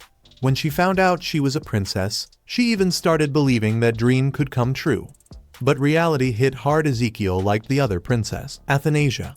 Slowly, Jeanette realized she was not part of any happy ending. She felt lonely, unwanted, and stuck in a story where she didn't belong. Unable to sleep, she went out for a walk. On the balcony, she unexpectedly met a mysterious man. He noticed her immediately and asked what she was doing outside so late. Jeanette explained that she couldn't sleep.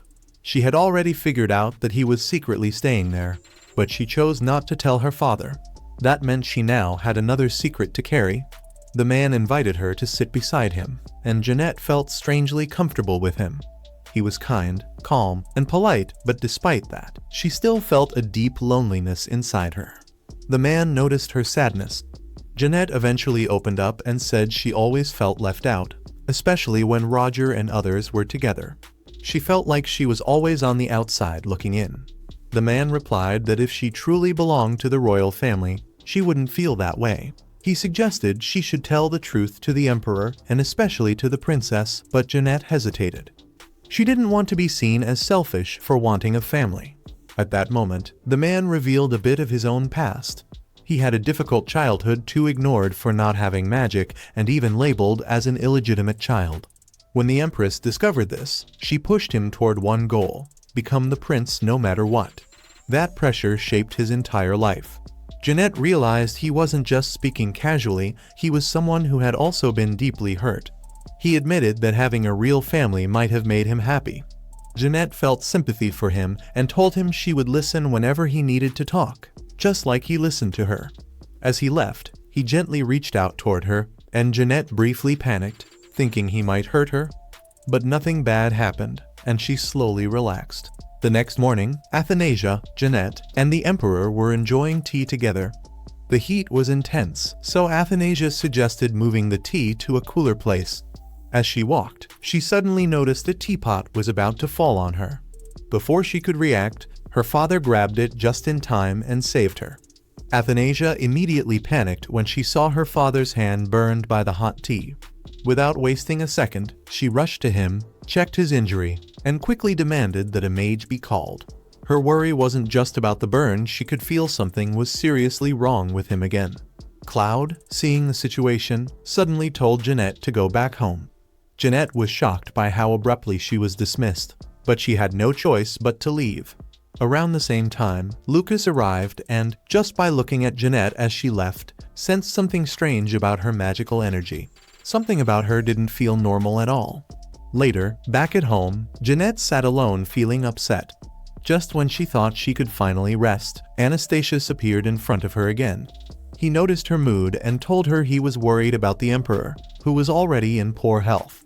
He pushed Jeanette again to tell the truth about her identity, but Jeanette hesitated.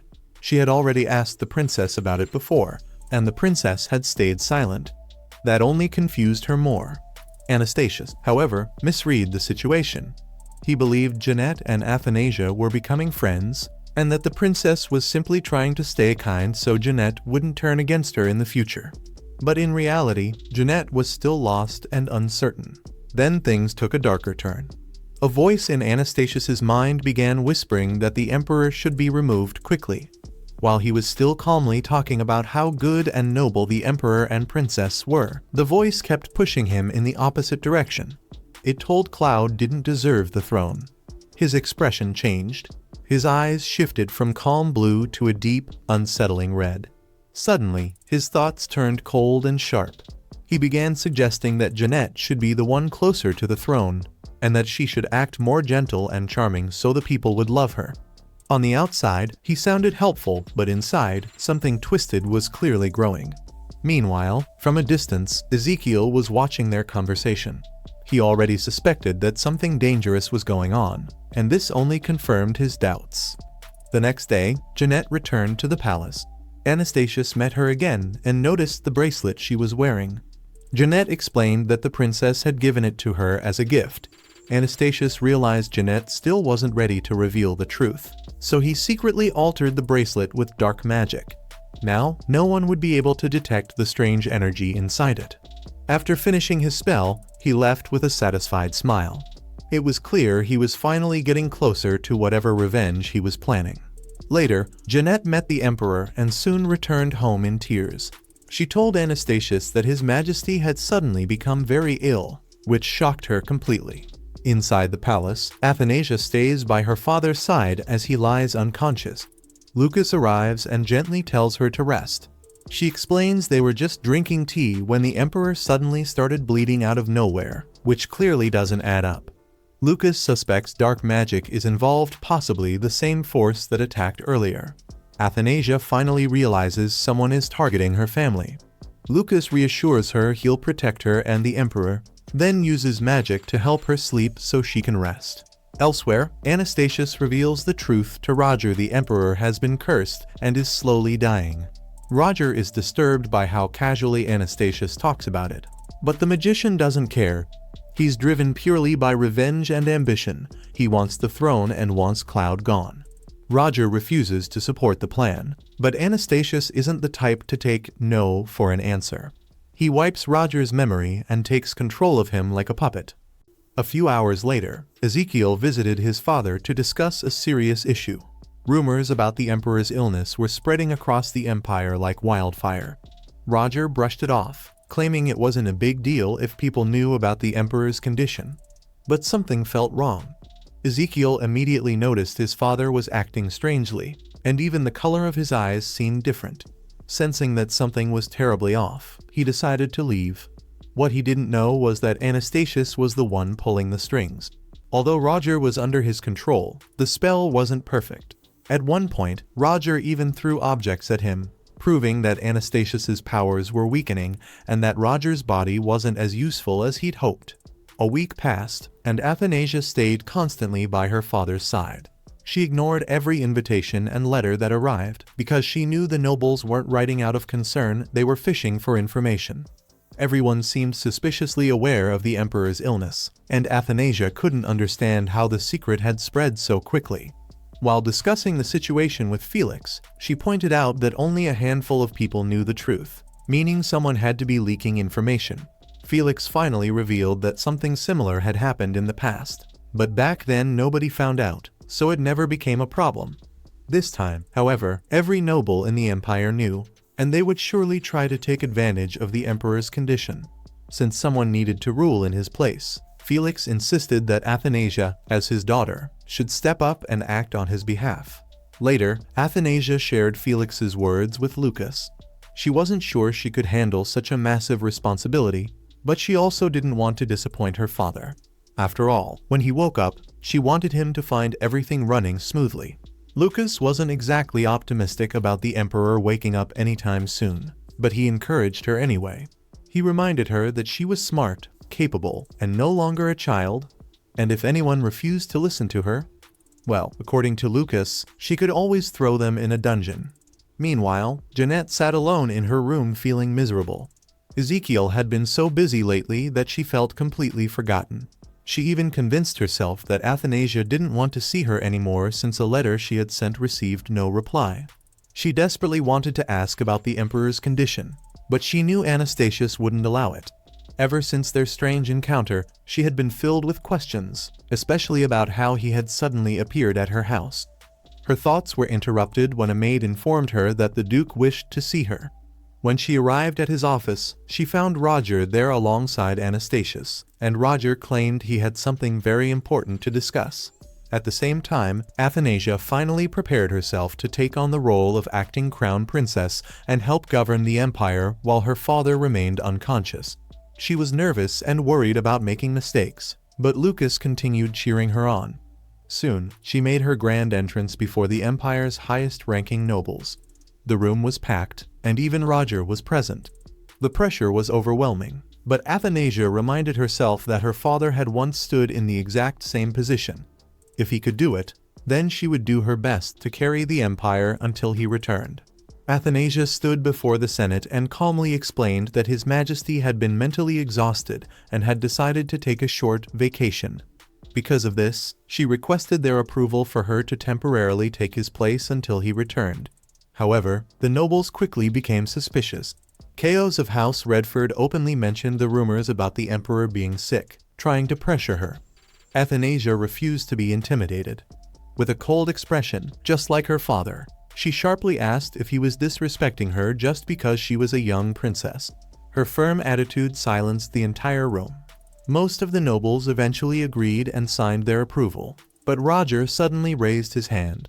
He questioned why the Emperor was absent, shocking everyone. Athanasia noticed something was clearly off about him, especially since he had always been one of the Emperor's most loyal supporters. Still, she stayed composed and carefully avoided confirming anything about her father's condition, insisting that the Senate meeting was only to manage his vacation. Her calm control surprised many nobles, even Felix, who felt relieved seeing her handle the pressure so well. Then Roger pushed further, asking direct questions about the Emperor's illness and even demanding the name of the disease. Athanasia saw through his intentions and refused to play along. She firmly stated that spreading false rumors about the imperial family was a crime and promised to investigate and punish those responsible. But suddenly, a man in a black cloak began laughing. When he removed his hood, everyone was shocked it was Anastasius, the former emperor, alive and standing there. Felix immediately stepped in front of Athanasia to protect her, while the nobles froze in disbelief. Anastasius acted arrogantly, claiming his status made him untouchable. Athanasia was confused and shaken, realizing this was the same man she believed had died at her father's hands. Now he was suddenly back, accusing others and stirring chaos. As everything clicked in her mind, she realized the terrifying possibility. He might be the one behind her father's condition and the dark magic affecting him. Felix wanted to strike him down, but Athanasia stopped him, knowing the situation had become far more dangerous than she ever expected. The man then started attacking Athanasia's legitimacy, claiming her mana instability made the nobles doubt whether she was truly the emperor's daughter. He went even further, accusing the emperor of using dark magic just to conceive her. The hall quickly turned chaotic, as the nobles became confused and unsure of what to believe. Since Athanasia's mother was a foreign dancer, he twisted that fact into suspicion, suggesting that was the only reason the emperor had been involved with her. Anastasius then challenged Athanasia directly, asking if the emperor was really sick and not just spreading rumors, why he wasn't present, and why she didn't simply summon him. Athanasia immediately realized he was setting a trap. Staying calm, she asked Felix to send a letter to the palace and bring both the emperor and Lucas, the imperial mage. Hearing Lucas's name made Anastasius visibly uneasy, since Lucas was known to be extremely powerful. Athanasia noticed his reaction, but he still had another plan. With manipulation and pressure, Anastasius managed to clear the room of nobles, leaving only a few behind. His real goal was simple: isolate Athanasia so there would be no witnesses. Once everyone left, he revealed the truth long ago. He had been defeated by his younger brother and left for dead. But instead of dying, he was saved by a mage who took over his body in exchange for survival. Athanasia quickly understood the danger. Even Felix's sword wouldn't be enough to defeat him. Seeing the dark energy around Anastasius, she stopped Felix from attacking, knowing it would only get him killed. Felix reluctantly obeyed, realizing protecting her mattered more than rushing in blindly. Anastasius, satisfied with how things were going, began to notice something else. Athanasia truly was Cloud's daughter, carrying immense mana power. That also caught Lucas's attention. Afterward, Anastasius and Roger left, leaving Athanasia alone and overwhelmed. She broke down in tears, feeling helpless as her father lay unconscious. Still, she decided she had to tell everything to Lucas. Meanwhile, Lucas was already struggling to suppress the Emperor's curse with his magic, doing everything he could to keep him alive. Soon after, Athanasia arrived in Felix's arms and explained everything that had happened. Lucas told her that if he wanted, he could eliminate Anastasius and everyone standing against her, but Athanasia refused. She knew violence wasn't the answer. Instead, she forced herself to think clearly and strategically, realizing the Senate would now spread even more dangerous rumors. She also couldn't understand how Roger had been manipulated so easily and feared that if they proved her father used dark magic, her uncle would use it as the perfect opportunity to seize the throne. Lucas was confused because Athanasia seemed to understand his abilities, but she still refused to use them. Even though he was ready to eliminate the former emperor, Athanasia didn't want that option. She feared it would cause serious side effects, and she didn't want a member of her father's family to die twice. Still, she understood why her father hated that man so deeply. Lucas, however, had started noticing something strange. Whenever Jeanette was near the emperor, his pain would suddenly disappear. That made him suspicious, and he began connecting the dots.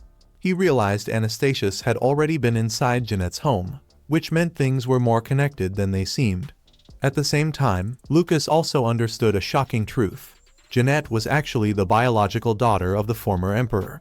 But even knowing this, he couldn't understand why Athanasia was still allowing Jeanette into the palace. Athanasia herself was now worried. If Jeanette ever discovered that the current emperor was not her real father, but Anastasius, everything could collapse emotionally and politically. Meanwhile, Jeanette sat in her room feeling confused and sad. Roger visited her, trying to influence her thoughts now that she knew the former emperor was alive. He hinted that she could become a princess if her true identity was revealed, and even mentioned rumors about removing Cloud from power. Jeanette stayed silent, unsure of what to believe. Roger tried to plant doubts in her mind, suggesting that both the emperor and the princess already knew about her existence. Jeanette, however, only felt more lost. She didn't understand why the former emperor had approached her in the first place and whether his intentions were good or not. She tried to convince herself that Athanasia still cared about her, because in her heart, the princess felt different from everyone else. But her hope broke a little when she noticed the bag Athanasia had given her was torn. To Jeanette, it felt like a sign that she no longer belonged beside the princess. Elsewhere, a maid delivered a message to Felix from Ezekiel, asking to meet urgently. Felix was suspicious but agreed and met him in an old cabin. Ezekiel said he was only there to help the princess and quickly got to the point. He explained that his father had been acting strangely, along with several other nobles, as if someone were controlling them. Even the Duke was behaving unnaturally. He added that everything seemed to change after the former emperor appeared at the mansion. Felix realized Ezekiel was telling the truth. Ezekiel only wanted to save his father, who was clearly not acting normally. Later, Felix reported everything back to Athanasia. As she listened, she finally began connecting all the pieces. It was becoming clear her uncle was likely using dark magic and mind control. Felix also mentioned that Jeanette was feeling lonely and wanted to see her. Hearing this, Athanasia realized that the situation was becoming even more complicated, and every decision she made now could change everything. Athanasia was now carefully connecting all the pieces like a puzzle, and everything finally seemed to make sense. She was convinced that her uncle was using dark magic for mind control. Felix also told her that Ezekiel had mentioned Jeanette was feeling sad because she couldn't speak with Athanasia, but Athanasia decided it wasn't the right time for them to meet, given how unstable the situation had become. Meanwhile, in the palace, the former emperor was alone with Jeanette. She felt confused and unsure, but eventually asked him why he was really there. He explained his story, claiming that he had risked his life to help her mother, Penelope, escape. He said he never knew she would die after giving birth, and that he had been searching for her ever since. He also claimed he discovered Roger had taken her in by mistake. According to him, he feared Cloud would harm Jeanette because of his obsession with killing his own daughter, so he returned in secret to protect her and keep her safe. After hearing this, Jeanette sat alone in her room, thinking deeply about everything he said. However, she didn't fully trust his words. Something about his story felt off, especially since she couldn't find any record of him in the books about the royal ancestors. Soon after, Roger arrived and told Jeanette she must prepare herself because she would soon take her place as the crown princess. As the crown princess, the day of the royal assembly finally arrived. Every high-ranking noble had gathered, but nobody seemed interested in politics as much as they were interested in gossip. Rumors about His Majesty's poor health were everywhere, and people had already started whispering that if the emperor failed to recover, his older brother, Anastasius, would take the throne. Of course, Anastasius saw the perfect chance to make a move. Since everyone was already present, he brought Jeanette and proudly introduced her as his daughter. And because of that, it became completely reasonable for Jeanette to live in the palace just like Athanasia. Athanasia stayed silent the whole time, but her eyes were doing all the talking. She looked absolutely annoyed at her uncle's behavior. That fool acted like he understood her feelings and casually said that since she and Jeanette were already close, there shouldn't be any problem getting along. He even added that Athanasia could help her adjust to life in the empire. That only made Athanasia more irritated, especially after hearing that Jeanette would stay in the exact same palace as her. Annie knew she couldn't stop them. By law, they had every right to stay there, and with her father too weak to stand against them, she had no choice but to accept it. Meanwhile, Anastasius noticed Jeanette's expression and secretly felt pleased. This would make her easier to manipulate. In his eyes, Athanasia not greeting Jeanette properly was already creating distance between them. After leaving Jeanette in her room, he told her to get some rest because she would soon attend the assembly meeting. After all, she was a princess now, and he was her father. As Anastasius walked away, he remembered his clash with Roger. The evil mage inside him could still feel the wound refusing to heal. He realized his current body had become too weak, but Jeanette's body, on the other hand, looked much more suitable for survival. Elsewhere, Annie buried herself in unfinished paperwork, but her thoughts drifted away. She remembered a story about a dragon who breathed fire just to scare everyone. One day, a little princess asked him why he acted so cold and terrifying. Suddenly, she remembered her father's words, "If I don't act like this, one day they'll try to take my place."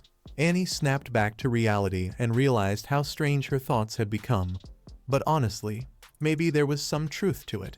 The nobles praised the emperor to his face, yet behind his back they feared what would happen if no one strong remained to protect them. Still, Annie's biggest concern wasn't politics, it was her uncle.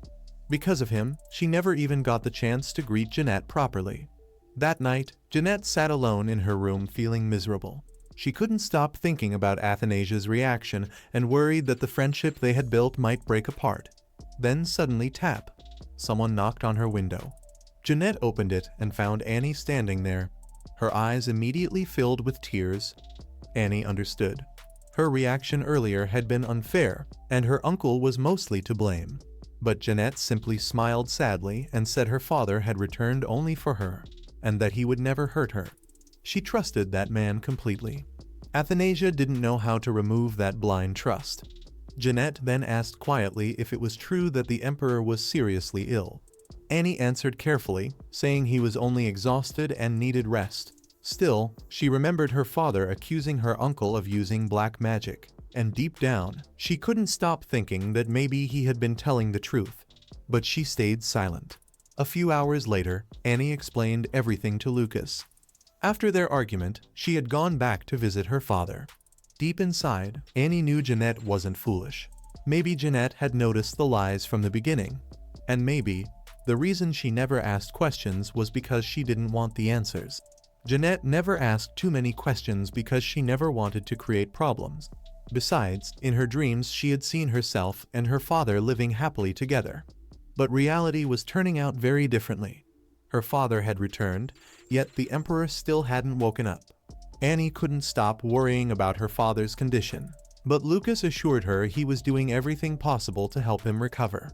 Then Lucas suddenly noticed the ribbon Jeanette had given Athanasia. At first glance, it looked harmless, but something about it felt wrong. While Lucas had been away at the World Tree, something had clearly changed. The ribbon wasn't ordinary, it was magical. The moment he examined it, his expression changed. That ribbon carried dark magic. And not just any dark magic, it felt almost identical to the energy surrounding the emperor. Everything clicked. That ribbon wasn't just an accessory. It was the trigger used to place the curse on her father. Lucas immediately connected the dots and explained that the Chimera had been working with Uncle Anastasius all along. When the emperor collapsed, she had been right there beside him. Annie froze. Then anger hit. She couldn't believe Jeanette had deceived her again. But before she could jump to conclusions, Lucas grabbed her arm. He had seen this type of magic before. He explained that the dark energy flowing through the emperor's body was preventing him from remembering anything. Worse, if he survived, his power could grow even stronger. Annie remembered the original story. Nobody had ever been strong enough to challenge her father. But black magic always comes with a price. Power never arrives for free. Lucas believed Anastasius had used forbidden magic during Jeanette's birth, and now he was paying for it. His body was weakening as the cost finally caught up to him. Meanwhile, Jeanette sat alone in her room feeling miserable. Unable to stay still, she decided to walk through the palace halls. As she passed her father's room, she noticed the door was slightly open. Curious, she stepped closer. Inside, she heard voices. Her father and someone else. They were arguing. The atmosphere felt wrong. Fear crawled up her spine, and she quietly turned to leave, but suddenly her father appeared behind her. His eyes looked cold, almost sinister. Jeanette quickly apologized and explained she only came because she couldn't sleep. Instantly, his expression softened. Too quickly. With a warm smile, he invited her inside. Jeanette was terrified, until she realized he was completely alone. Back with Annie and Lucas, Lucas revealed another shocking discovery. He could sense Adornitas's magic hidden inside the Emperor's curse. It was the exact same magic stolen from his tower before it was destroyed. That meant Uncle Anastasius had stolen Lucas's magic and twisted it for his own use. And the target was the Emperor. Lucas admitted that because of this, he had slept for hundreds of years while searching for the object carrying the curse. Now he finally knew. The ribbon had been the carrier all along. Annie remembered meeting Jeanette in the village and feeling a strange magic that reminded her of Lucas. Now she understood. It had always been his stolen power. Lucas finally realized why his own magic reacted strangely whenever he tried helping Cloud. The two magics were mixed together, making it impossible to fully remove the curse. Annie still couldn't understand one thing. Why was Aternitas doing all of this? Lucas answered simply. People who use dark magic are rarely satisfied. They always want more power than they already have. And it was possible that this twisted mage had hidden himself inside the body of the former Emperor Anastasius. Lucas was furious. Anastasius had once been the strongest emperor in Obelia's history. Now everything had become a tangled mess of stolen power and corruption. Even Lucas couldn't fully control the situation anymore. But Annie wasn't thinking about power. She was thinking about Jeanette. Did she know the truth? Or was she just another puppet being used? That thought hurt more than she expected. Because while she kept trying to protect herself, she hadn't once stopped to protect Jeanette. While Annie was crying, Lucas suddenly froze. Behind her, he saw the soul of her mother. Shocked, Lucas quickly told Annie something important. If she could obtain the fruit of the world tree, she might be able to save her father. That fruit could restore magical power and heal damaged energy. But there was a problem. Even Lucas himself had never been able to get it. Annie broke down in tears. Without the fruit, there seemed to be no way to save her father. Then Lucas said something unexpected. Even if the fruit was impossible to get, he still had something else that might help the branch of the world tree. He had stolen it before for his own purpose, but now saving the Emperor mattered more than anything else. The moment Annie touched the branch, everything changed. She was suddenly transported to a strange place, a massive white tree glowing like snow, towering into the sky. She stood there frozen, like she had stepped into another world. Back in reality, Lucas had to carry her to the sofa because she couldn't even move. After a while, Annie suddenly woke up and asked where she was. Lucas was furious. She had grabbed the branch without thinking, even after being warned. But Annie was excited. She said she had seen the world tree, and now she could save her father. Then Lucas noticed something strange in her eyes. They looked glassy, almost enchanted. He realized it immediately. The tree was influencing her. He told her to calm down and explained again that things were not that simple. Her father was unconscious and might not even be able to use healing magic. But Annie refused to give up. She insisted she would save him herself, because the tree had told her she could. Lucas clenched his fists. He understood what was happening. The world tree was clearly taking revenge for the branch he had stolen. But Annie didn't want to listen. She even said the tree told her something else, that the so-called Tree of the Gods might not even exist. Lucas knew exactly what she meant, but he chose not to explain everything yet. Instead, he warned her one last time. If she used that method, she might die in the process. But Annie doesn't care about the risk. Her only goal is to save her father. Lucas gets frustrated. He can't understand why she's willing to sacrifice everything for someone he could literally defeat with a single move, even the former emperor. Still, he feels stuck, so he agrees to hear her plan. But he doesn't approve of it. If anything goes wrong, Anastasius and the evil mage would be free to take over the empire and burn everything to the ground. That night, Athanasia wakes up from a nightmare, or maybe a vision. She sees Zenit again with her father, but this time she also recognizes the man standing with them, Anastasius. The message is clear: if her father doesn't wake up, disaster is coming. The next day, Athanasia continues handling her father's duties while keeping nobles away by saying the emperor is on vacation. The nobles start gossiping, but Felix shuts them down instantly with his intimidating presence. He also reports suspicious movements. There may already be a rebellion forming. Later, Athanasia tells Lucas about her vision. She's convinced that if her father stays unconscious, Anastasius will start a war.